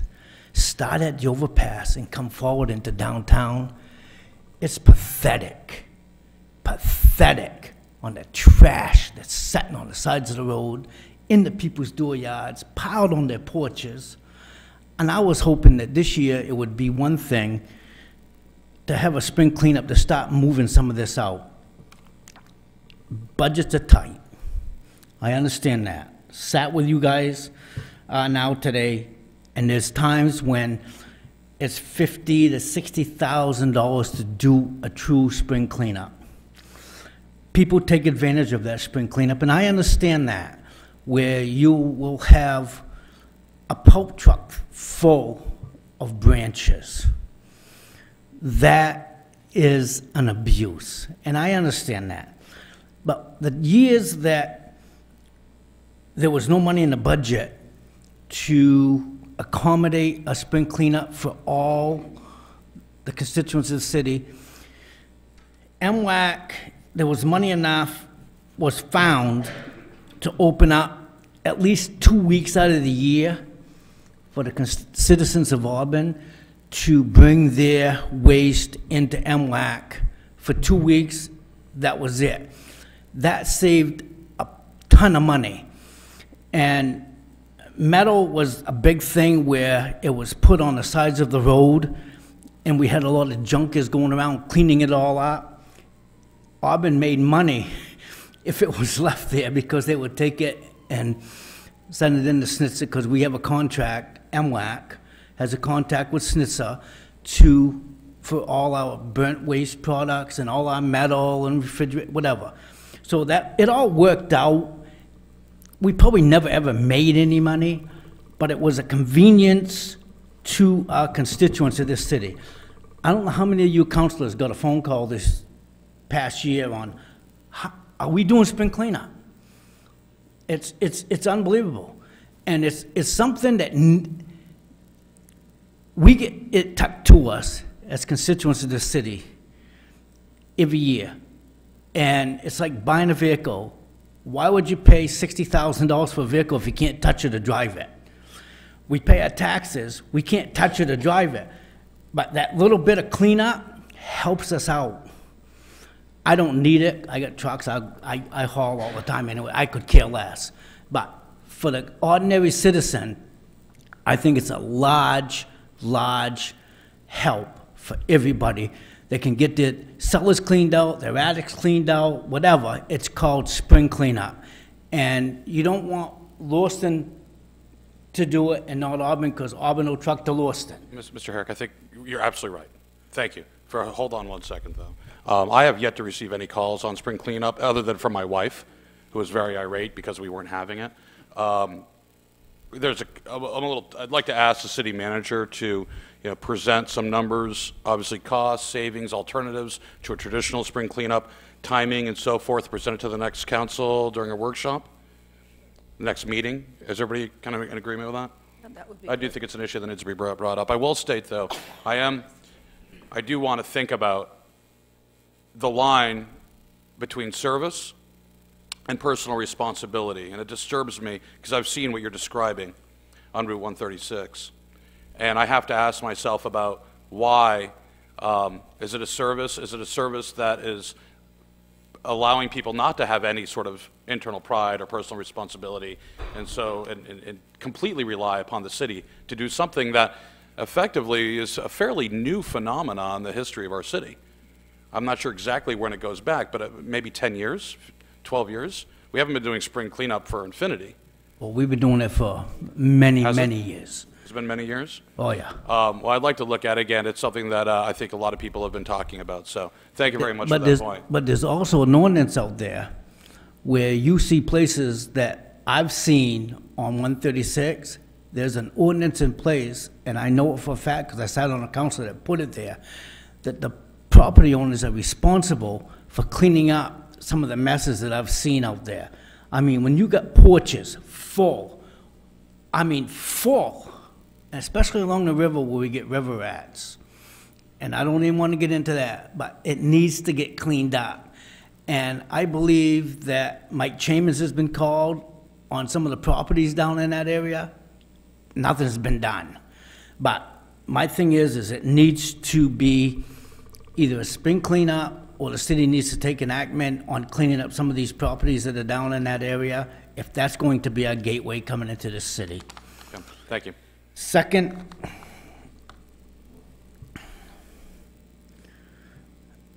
last time I was sat in this chair, or maybe that one, I asked you to call me. You said you would on public television. You have yet to call me, Mr. Mayor. No, you're right. I haven't. And to me, that's just a poor taste of public service and public identity in this city. And I feel sometimes your rudeness and arrogance is not what this city needs. And you can call me, and that's fine. I'd love to sit down and talk with you. I'd like to tell you where I'm at, what I'm all about. I think you probably already know it, but I am very disappointed in you yourself that you have never returned a phone call to me. I'm sorry. I went on vacation right after that. I just got back though. But I understand that. But no. That's fine. I do have a rule about having good conversations with people that's mutually respectful. So I'm looking forward to that conversation with you, Mr. Herrick. Thank you. Anybody else from the public like to speak? I will now close this public hearing. We're going to be moving on to Order 37-04232018. Excuse me, we have several board and committee appointments. Do I have a motion? Let's go with that one first. Mr. Mayor. Move all of them. It is a public hearing. Mayor. Mr. Mayor. Say again. Councilor Gary? I think the clerk is telling you that there's a public hearing first for CDBG. Yes. Okay. And then me. Oh, I'm sorry. Yes. Yep, no, I flipped the page. That's my fault. I'm still on vacation time. Public session is now closing. We're going to be moving on to a public hearing. Yes, on the 2018 CDBG Action Plan. Are there any members of the public who would like to speak? Please come forward and just state your name and address. Or street address, close proximity. Okay. My name's Karis Heisey. I live on Davis Ave in Auburn, and I'm the Auburn Community Gardens Coordinator as well, which is a privilege and a joy, especially this time of year. I just wanted to kind of, first off, thank the council for supporting the garden over the years. This is the third year of the 5-year consolidated plan where the goal is to build 3 gardens, and we're building our second garden right now. Wanted to update you guys, especially because councilors and mayor are new since our last update. We are really excited to be building the second garden on Newberry Street by the river. Construction is starting like right now. Every day is a busy day right now. We're building a fence, and we've got some soil, and we're going to be building beds and a shed in the beginning of May. And meanwhile, at Webster Street, we are looking at a wait list probably for plots there. People are super excited, and most of my gardeners are returning for their second or third year in the garden. So it's been super successful. We will be sending everybody on the council a report about Webster Street's success, which we showed to the previous council, but it'll be updated with last year's information, and so that you guys can look at that as well. Part of why the Auburn Community Gardens initiative has been so successful is because it's a team effort. It's not just the City of Auburn, but also the University of Maine Cooperative Extension, St. Mary's Nutrition Center, the Androscoggin Land Trust are all partnering. So in addition to CDBG funds, we've been able to leverage more funds and also in-kind donations of labor and other materials through the other organizations. So at Webster Street, I think the CDBG budget was $14,000, and that actually only comprised 47% of the construction costs for what's now a beautiful garden. Excuse me. What else? I had notes, but folks are super excited about Newberry Garden. We haven't begun registration over there yet. I think Belinda's going to be gardening with us when we do register, and other neighbors have been very excited. We had a neighbor who's a future gardener there actually taking pictures of the site and posting them to our Facebook because she was so excited to see construction starting. Usually that's my job to take the pictures, so that was really cool. And meanwhile, at Webster Street, a few gardeners have registered. We're still completing registrations, and folks are starting to plant some of the kohler things now that the weather's agreeing with us. We'll be planting more soon. But just wanted to thank you guys and encourage you to support the garden portion of the CDBG budget again this year. Thank you. And any questions are welcome too. Thank you very much. Thanks. Mr. Mayor. Councilor Walker. Yeah, I don't have a question, but I would like to add to her story about the Newberry Street project. Public Service has been down there to do a lot of work. A lot of this cost would be much higher if it wasn't for the city being a partner with these people. And the trimming and pruning and all of the rest that goes along with that, which has been hours of it, because that area you could not see across the river, and now you can see at least 80% of the open area, the bridge, the river, the New Auburn area, and they've been down there as well, taking out some stumps and getting the landscape ready for them to be able to come in. So there's been lots of hours from the Public Service, and we need to give them credit for what they do, and thank you for coming up today. Thank you. Is there anybody else from the public that would like to speak?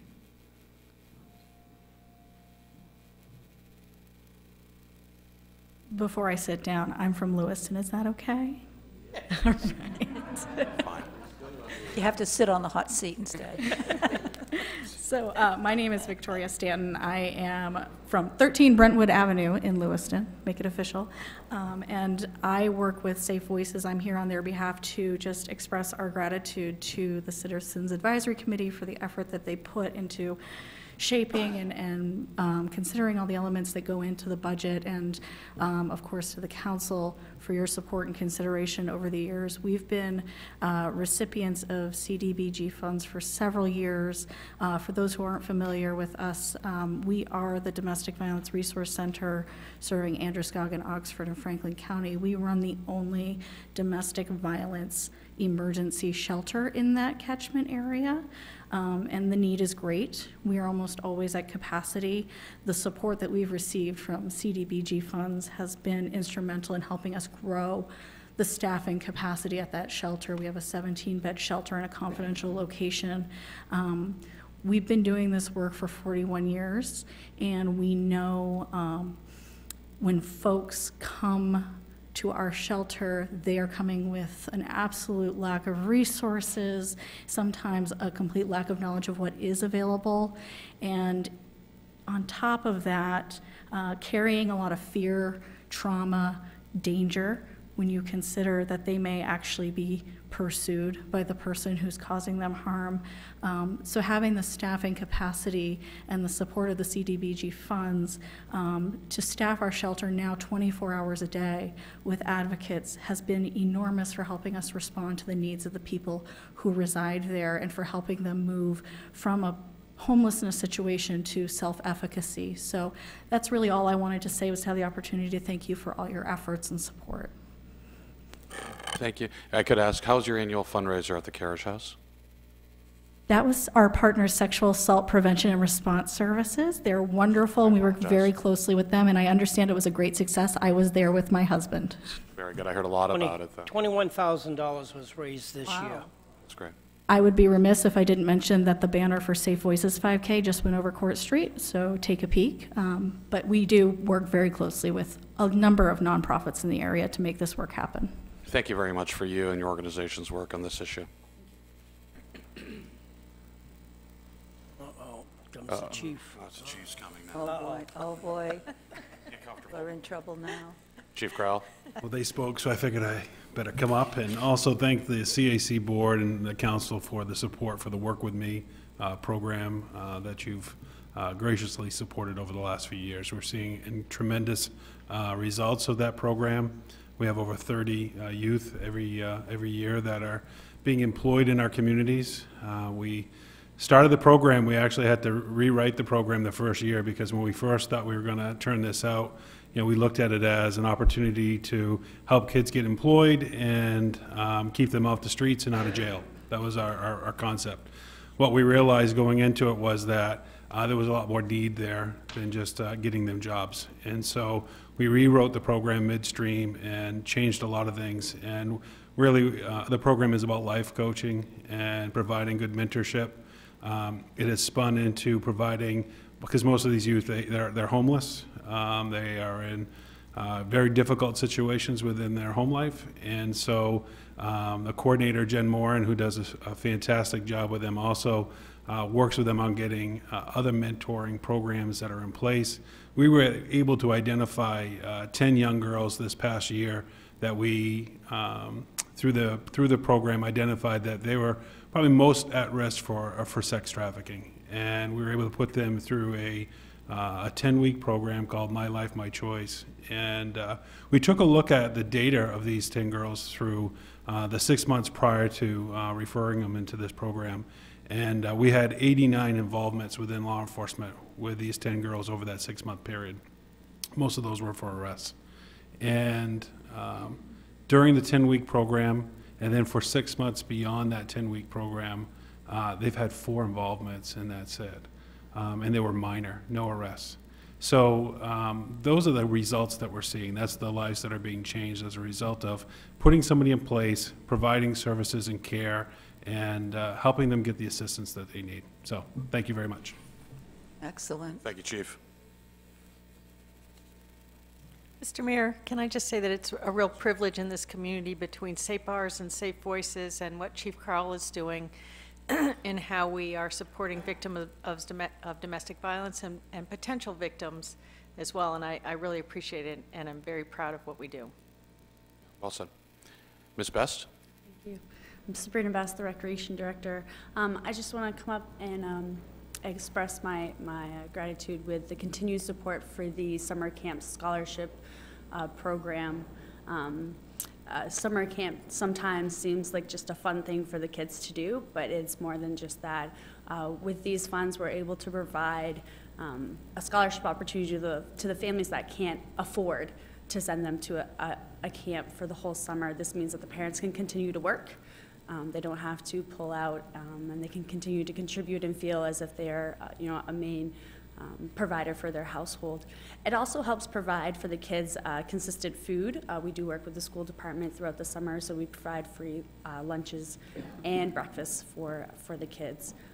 There has been a concern that was identified with that the funding that we request is never enough. There are always those families that are too shy to ask or too proud to ask, or depending on the year with the amount of volume that we get, not everyone can get a 75% scholarship. Sometimes they get a 50 or 25%. So, we've identified some areas that, we utilize other avenues to also help with scholarship funds. This is not the only one that we are using, but we have discussed about trying to put in the request that if there is any additional funding at the end of the year, typically coming in June for the CDBG, that those funds could potentially be reallocated towards those scholarships, because typically the most needy families are the ones that show up on the day of camp. We've tried to identify and we're working towards correcting that, but we definitely want to appreciate the continued support with the summer camp.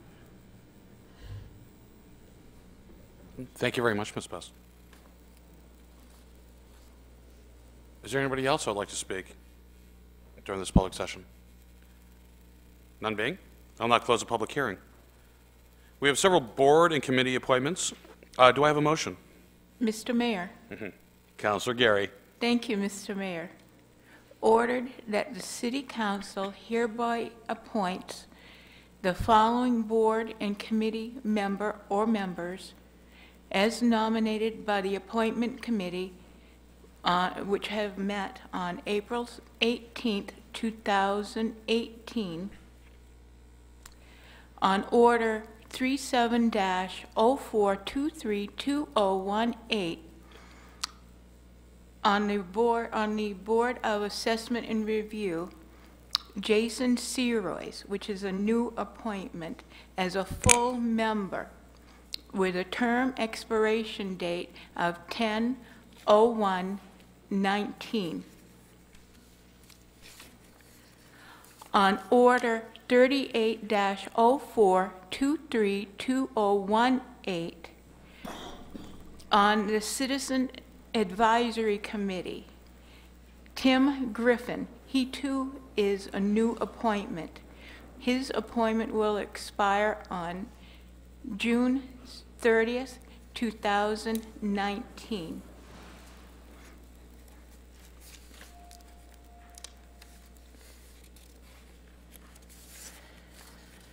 On Order 39-04232018, on the Board of the Conservation Commission. These two appointments that I'm going to name are reappointments. Tis E.H. Crowley, Ryanner D. LaRose, both with a term of an expiration date of June 1st, 2021. On Order 40-04232018, on the Parks and Recreation Advisory Board.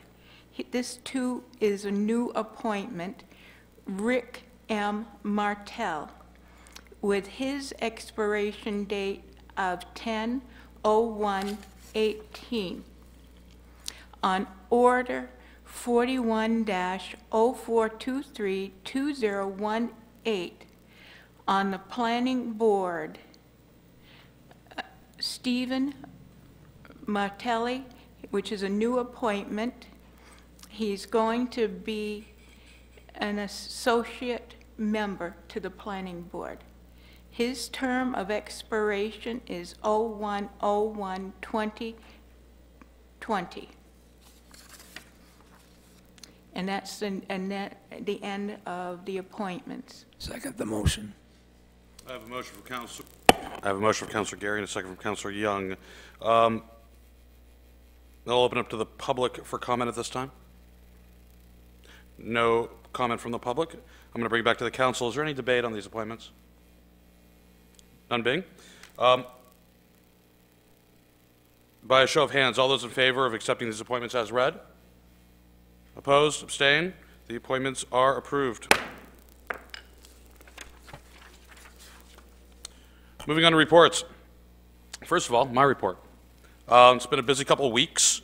A lot of things have happened in the city. I have been absent for a little over a week now and recovering for a few days from jet lag. I will say, some of you might have read the article in the paper, Friday I believe it was. I spent some time in eastern France in a beautiful county seat of Bichat, which is about 10 kilometers from the German border. Phenomenal history, great community. Spring comes early in that part of Europe and the world, much earlier than here. And during my travels, I had to sit down with the mayor of the city, and we found out during our conversation in his broken English and my broken French that there is a lot of similarities between our two cities. I'm not going to go into the great details, but I do think there is a natural link there that once explored could be beneficial to both communities, and he felt likewise. So over the course of the next several months, as we get through the budget and wind our way into summer, I'd like to talk to the council and city staff and community members about forming a potential sister city relationship to see if this would work with a community in France, namely this one, because I just think it's an awesome looking place.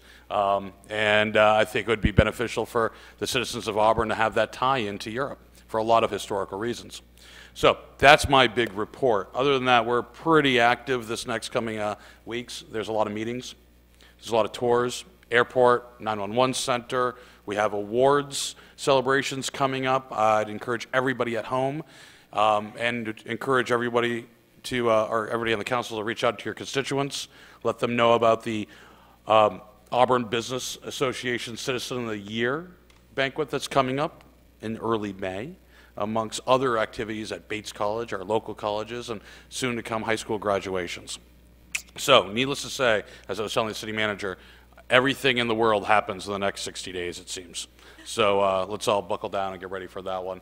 So, and keep our lines of communication open as things pop up to make everyone aware.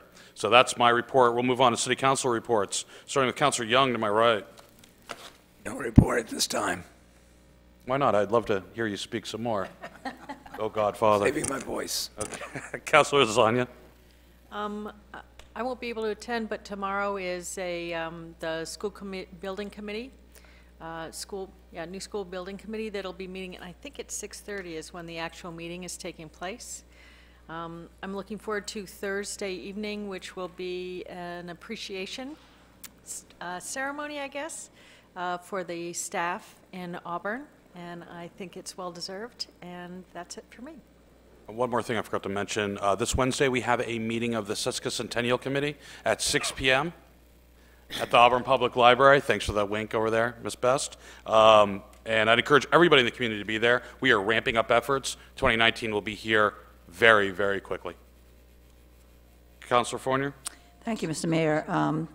I'll report first on the Library Board of Trustees.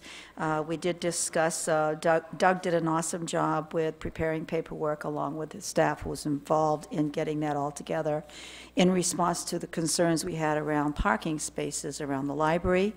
A couple of things that came out loudly and clearly with the trustees is that we're especially looking for the parking places to be in close proximity to the library itself, simply because a lot of people come and go to do demonstrations and presentations, and they need to carry things back and forth, and a lot of elderly people are not able to walk far away from the library. Another concern mentioned by a number of them was green space, to preserve as much green space as possible.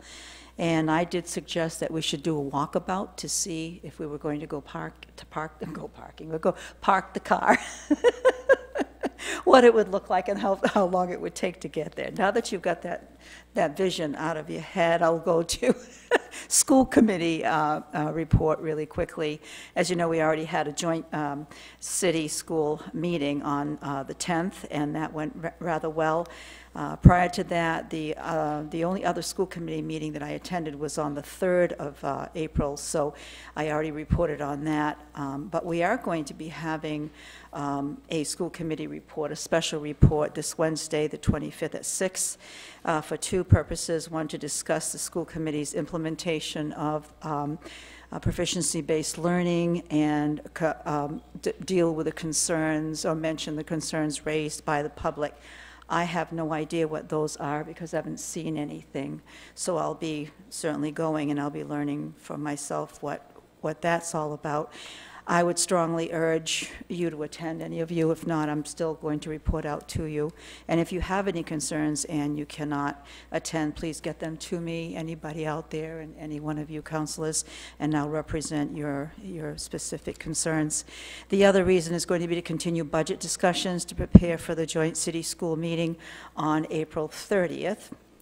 I had asked a question about LRTC in terms of how the split goes for our students and the students in Lewiston. And so I got a firm answer from the superintendent. I was happy to get that. 50% of the attendees at LRTC are from Lewiston. The remaining 50% are divided among the participating schools. If a school can't fulfill the slots that they're designated, then they can spread them out to other schools that would like to take up their slot. But approximately every year, Auburn sends 75 students. So that was a lot more than I thought, originally. So it was good to have that information. And there's one more invitation I wanted to mention, and that was sent out to all of the school committee members, but I'm sure they'd be happy to have counselors as well. A social studies teacher, Ms. Jen Heydrich, has spent the semester studying anthropological cultural study on ELHS, and I'm really intrigued with that whole idea, and she said that they're going to be presenting, the students will be presenting their findings and their conclusions. It's going to be on this Friday, May 25th at the ELHS library. There are 2 sessions. One is from 8:15 to 8:45, and the other session is 11:30 to 12:30. And they'll be separating people into groups. The first session will have 4 groups, and the second session will have 6 groups. And if you are interested, you're asked to please RSVP to Jen Heydrich. So that sounds pretty exciting. I'm going to attend. So that's it for me tonight. Thank you. Councilor Walker. Thank you, Mr. Mayor. I would like to just let the public know that this Tuesday, we have a meeting at Rowley's Diner at 6 o'clock, United New Auburn Association. Please come down. We have a lot to talk about. It's going to be, I hope, an exciting summer, and the sun has finally come out to warm us up a little bit, so come on down, 6 o'clock tomorrow night. The Neighborhood Watch Group will meet Thursday night at the 6th Street Congregational Church. That's this Thursday coming at 6:30. And I would like to mention that the Age Community Committee is still meeting twice a month, and we are moving along with this. We have got an application that we will be putting out real soon here for people to apply to be part of that committee. Once it has been out for about 25 days or so, we will determine the people that will be appointed, and the mayor will end up making that appointment when it comes to time. And I'm going to guess that's going to be right around June 1st. So we'll have to get the application out and be able to make it so you can all reach it and fill it out and then get it back to us by near the end of May. So I guess that's about all I have, except, Larry, I want to thank you for coming forward. Not only have you been the one to speak about the missing Parks Department that's been missing for quite a while and is a very needy group in this city, but my good friend Steve Martelli has mentioned it almost every day of the week for the past year and a half here. And when he travels, just like you do, he sees all of the things that have been neglected. They don't have the time to do. They're not pushed to have the skills to do a lot of the things that was put into the division of the Parks and Recreation Department. And back then, we had a dual department, and there was many things that are never in their procedure that we had to do day in and day out. So thank you for at least coming back and bringing it up again and again. It, I think, makes a big difference on how we think about taking care of our city. And then Mr. Herrick mentioned the River Road, which is 136. If you take Washington Street north and you slow down and drive into the city of Auburn, there is nothing dirtier than coming from the turnpike this way than that exit. And that's coming in also to the main part of our city that needs to be cleaned up some badly. Councilor Gary.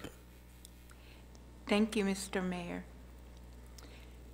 LATC meets usually the second Wednesday at 12:30 out to ABCOG, and the meetings are open to anybody that would like to attend. It's open up to all, especially to all riders of the transportation network bus system.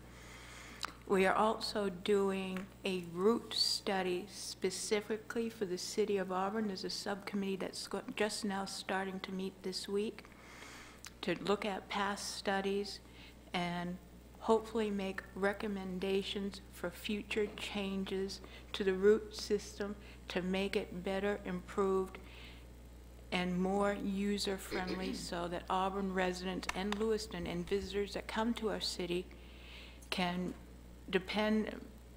we're trying to make our bus system more dependable, something that we as a whole can be proud of and more user-friendly. The Rec Advisory Committee, they usually meet the second Wednesday of the month at 6:30 p.m. here. So if you have any concerns or questions about any activities that go on with the rec department, the public is encouraged to come here. You can park on the second floor of the parking garage and come across the catwalk.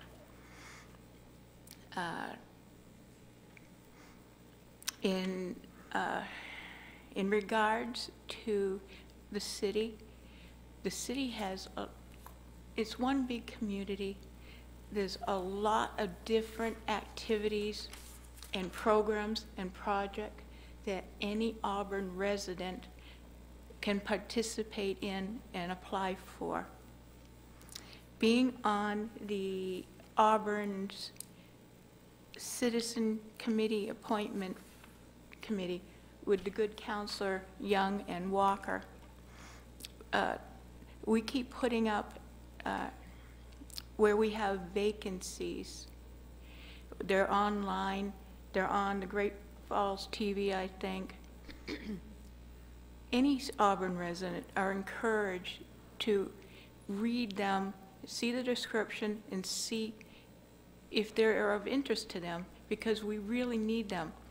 Same as eventually, well, in another week, within a week, as the good Councilor Walker says, there will be an application form online.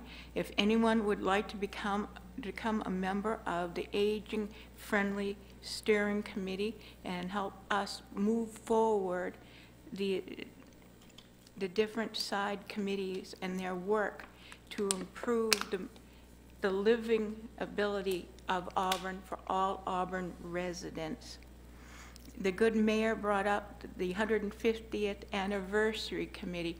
They've been meeting steadily for the last 4 or 5 times. And they too will need help in different areas to help put on activities to make the 150 years anniversary not just a one-time event, but events that we can be proud of throughout the whole year, so we can really kick off the celebration with one big fun kaboom. I say fun. Well, I said fun in that, but we need people to become stakeholders, become involved. Councilors can't all do it. The mayor can't all do it. The city staff can't do it. We that live here in Auburn, and even visitors that want to participate, we need everybody. This is a whole big thing. We're all one big family. And the good counselor over here is sending me a note saying that our next age-friendly meeting is going to be May 1st, which is a Tuesday, 5 p.m. at the Auburn Senior Community Building down in Pettingill Park, right near the Hasty Armory, right? Okay. And then the next meeting will be on May 15th, same time, same place, where anybody that wants to come, they're more than welcome to come. Usually there's plenty of parking, so please come on down and become part of the plan, the process, and become a part of our team. Good, thank you. I'd like to move on to the city manager's report. Mr. Creighton. Thank you, Mr. Mayor. I have a few items here, and I'd also like to ask the Assistant City Manager to make some comments. First, just to give you an update on the FY19 budget process, I will be giving my final recommendations on the budget and the CIP April 30th. And after that, there will be a number of department and outside organization presentations that will take place over the next few weeks. I'm looking forward to that. This will be a good opportunity for people to learn the value of what we're doing in terms of the work that's being done by each of the departments. I also want to mention, as has been said before, the annual employee recognition event this Thursday. The folks that have organized that, I think, have done a really good job. I'm looking forward to it. It'll be my first and Denise's first annual employee recognition event with the City of Auburn. This is an important event to recognize our employees with Service Year Awards and also special recognitions as well. Also on the School Building Committee, Councilor Lazan, you are correct. It's tomorrow at 6:30 p.m. Look forward to that meeting. On the retreat,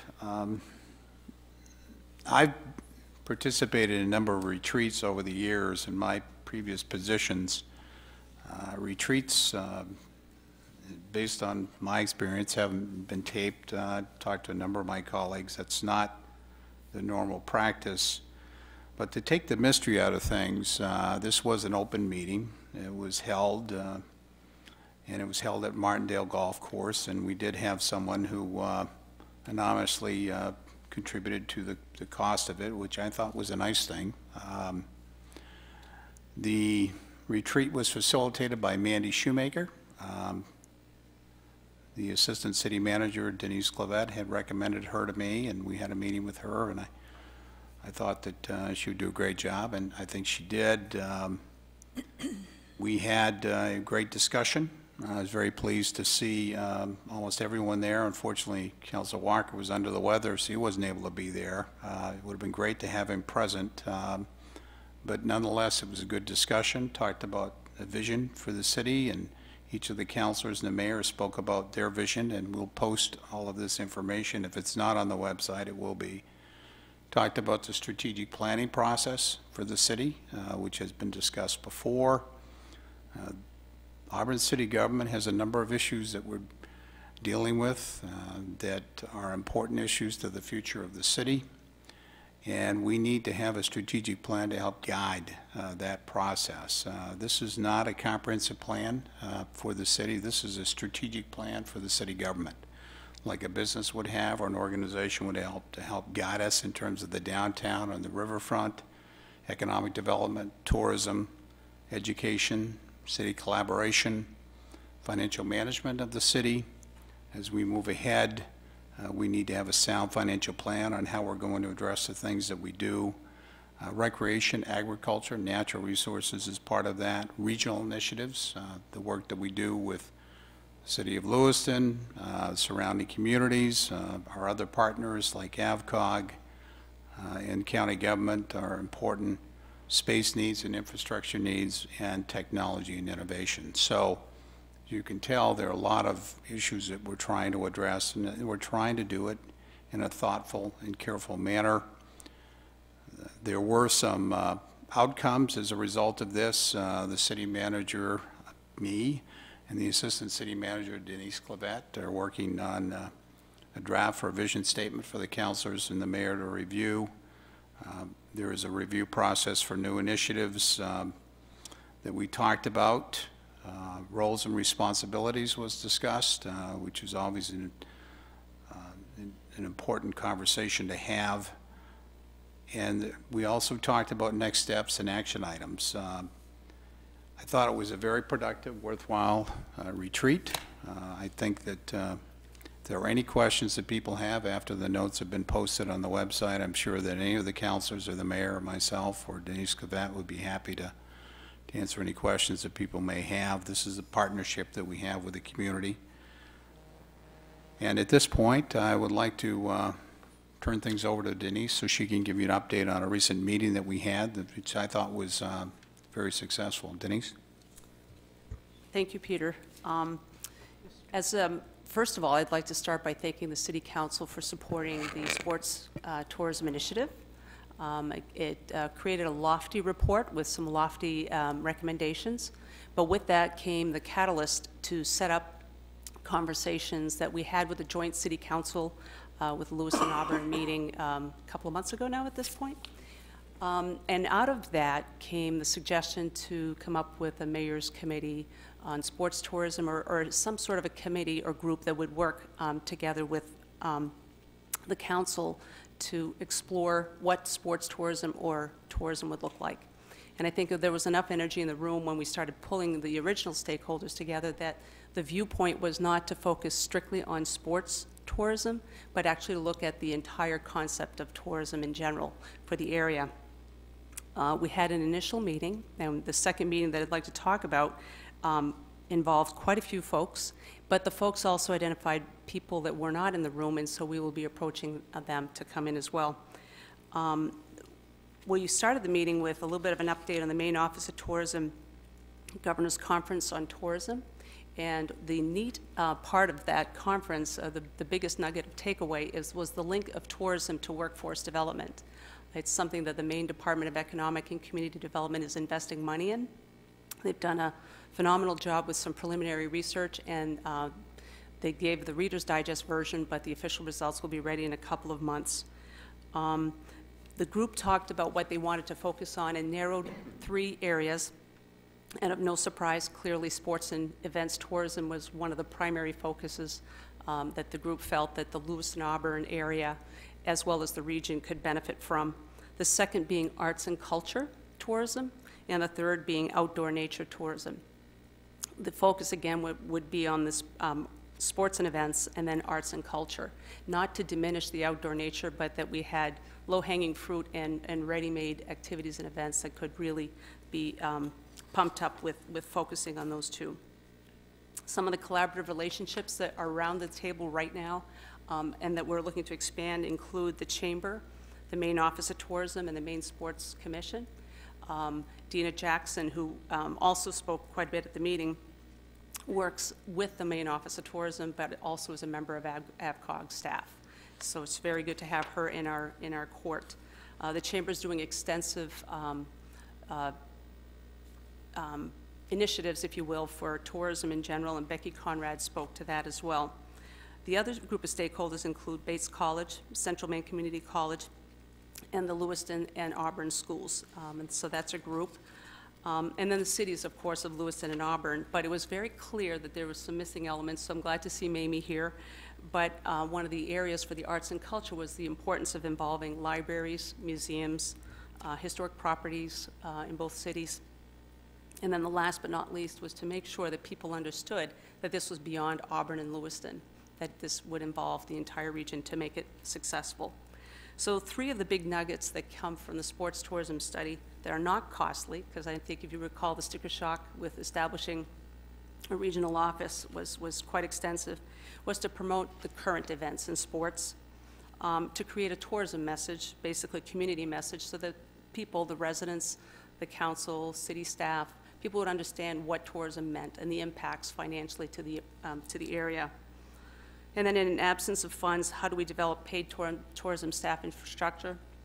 Do we put it at the county level? Do we look at grants? So some of our takeaways moving forward was to build an extensive inventory of what we do have, to look for grant opportunities and to gather that information so that the Chamber can be, at this point in time, one of the basic communicators for tourism. Happy to answer any other questions, and we are adding the libraries and a few other folks at the table. Thank you. Thank you very much for that update. It's good to see that this process is moving forward in a very fast and quick and efficient manner. So thank you very much for that. Mr. Manager, is there anything else? No? Okay, we're going to move on to finance. Jill, Finance Director, please, our monthly finance report, if you may. You have the March finance report. We're 3/4 of the way through the fiscal year, and we're right on track of where we should be. March 15th was the second half collection of property taxes So you can see that our revenue is above what you would normally think of as the budget number of 75%. That's due to the large, we collected over $13 million in the month of March for property taxes. And our excise tax continues to come in where it should be. It's a little bit above projections at this time, and revenue sharing is right where it was last year. Those are our main revenue sources. And on the expenditure side, we show a little bit higher than last year. And the main reason for that is I made a couple of transfers. Early this year, I transferred the tax money to the TIFs in March, and last year I did it in April. And that's over $3 million, so that's why that's higher. And then the same with the workers' comp transfer.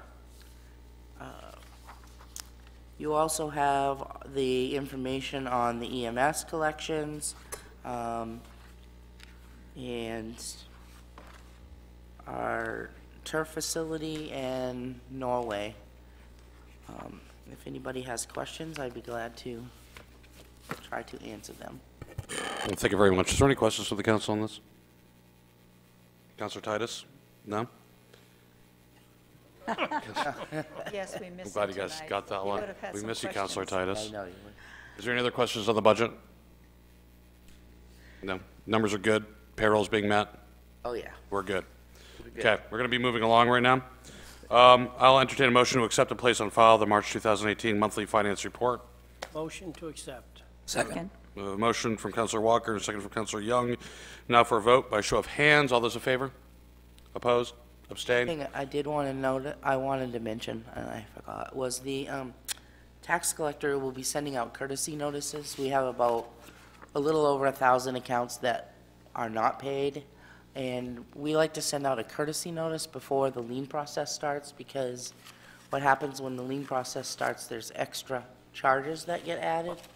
So those notices should be going out this week, just to remind people that the second half was due March 15th. And then it also tells them when the lien process will start. Make sure I don't get a letter. Thank you very much for that. Motion's on the floor.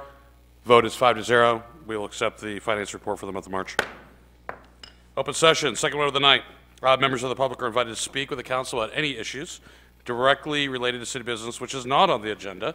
Would ask that you state your name and address, and please limit your comments to approximately 3 minutes. Larry Pelletier again, 129 Second Street. I guess something that I think is very exciting. Some of you remember vividly that I've been before different councils many times talking about something that just irks me, and that's, do you scoop the poop? This is a new effort that thanks to Christy Bourget, sanitation, this city, and the help of Liz Allen, who works for the police department, has come up with this flyer. And if you'll permit me, it says, please remember, scoop it, double bag it, put it in the trash. When walking, be prepared. Pick up after your pet is easy if you're prepared. Simply carry a plastic bag with you on every walk, and you'll have what you need to remove your dog's waste. Throw it in the nearest trash can, and you're done. Pets are part of the family. We all love our pets, however, pet waste can contain pathogens such as bacteria, viruses, and parasites, worms, which can transmit disease to humans. Be prepared. Bring a bag with you when you walk your dog. Unwanted pets. Another downside to not picking up dog poop in your yard. Rats love it. They'll come into your yard looking for dog poop, and then your menagerie will grow, because the rats will be very attractive to feral cats and even snakes. You can also expect some new airborne friends, too, since dog poop is the perfect breeding ground for any number of insect species that will bring disease-carrying bacteria in your home. Scoop it. Pet waste at home. For dogs, cats, and other pets that are meat eaters, it is important to dispose of the waste in the garbage. Waste from meat eaters should not be placed in a compost pile because of the parasites, bacteria, and viruses are not readily destroyed during the composting process and can be passed on to humans. While it's a common courtesy to pick up after your dog, when you go on walks, it's also a good idea to pick up after him at home. Some diseases can be transmitted from pet waste to humans through contact with the soil. Children playing outside and adults who garden are most at risk. If you have large animals, barnyard and manure management is critical to the protection of water resources. Remove dog waste as it happens. Don't let others step in it. It is your responsibility to scoop the poop. And then it mentions City Ordinance Section 8-72, disposal of excrement. All manure and other excrement shall be disposed of in such a manner so as to prevent it from becoming a public nuisance or health hazard. With regard to dogs on public or private property, other than the owners, the owner shall be responsible for the immediate removal of excrement. Is it really a problem? I don't live near the water. It may not be apparent, especially if you don't live near a body of water, but your pet's waste affects the water quality of lakes, streams, and marine waters in our area. To understand the connection, it's helpful to understand how the stormwater runoff works. Catch basins, manholes, and grass ditches collect water runoff and direct it to the closest body of water. Typically, stormwater never passes through a sanitary sewer treatment facility. In other words, anything on the ground, no matter how far away from the stormwater drain, can eventually end up in a nearby waterway. Do not flush pet waste. Septic systems and wastewater treatment plants are not designed to treat pet waste. Do not compost pet waste. The disease-causing organisms in pet waste are very sturdy and are not killed by backyard composting. This will be put on the city's website and will be handed out to people when they register, those that do register their dogs in December. And hopefully some people will finally get the message, pick up after your animals. So. Thank you very much, Mr. Pelletier. Thank you. I'm glad it's been a couple hours since we've last ate, but it's a good message. It's true, though. That's a lot of poop. Anybody else from the public like to speak? Okay. I'm going to close this open session. At this point, we're going to move on to an executive session regarding economic development pursuant to 1 MRS Section 4056C. Do I have a motion? So moved. I have a motion from Councilor Lasagna. Do I have a second? Second. Second from Councilor Walker. All those in favor? Opposed? Abstained? We are now in executive session. You must have left it in the office. Your packet? Yeah.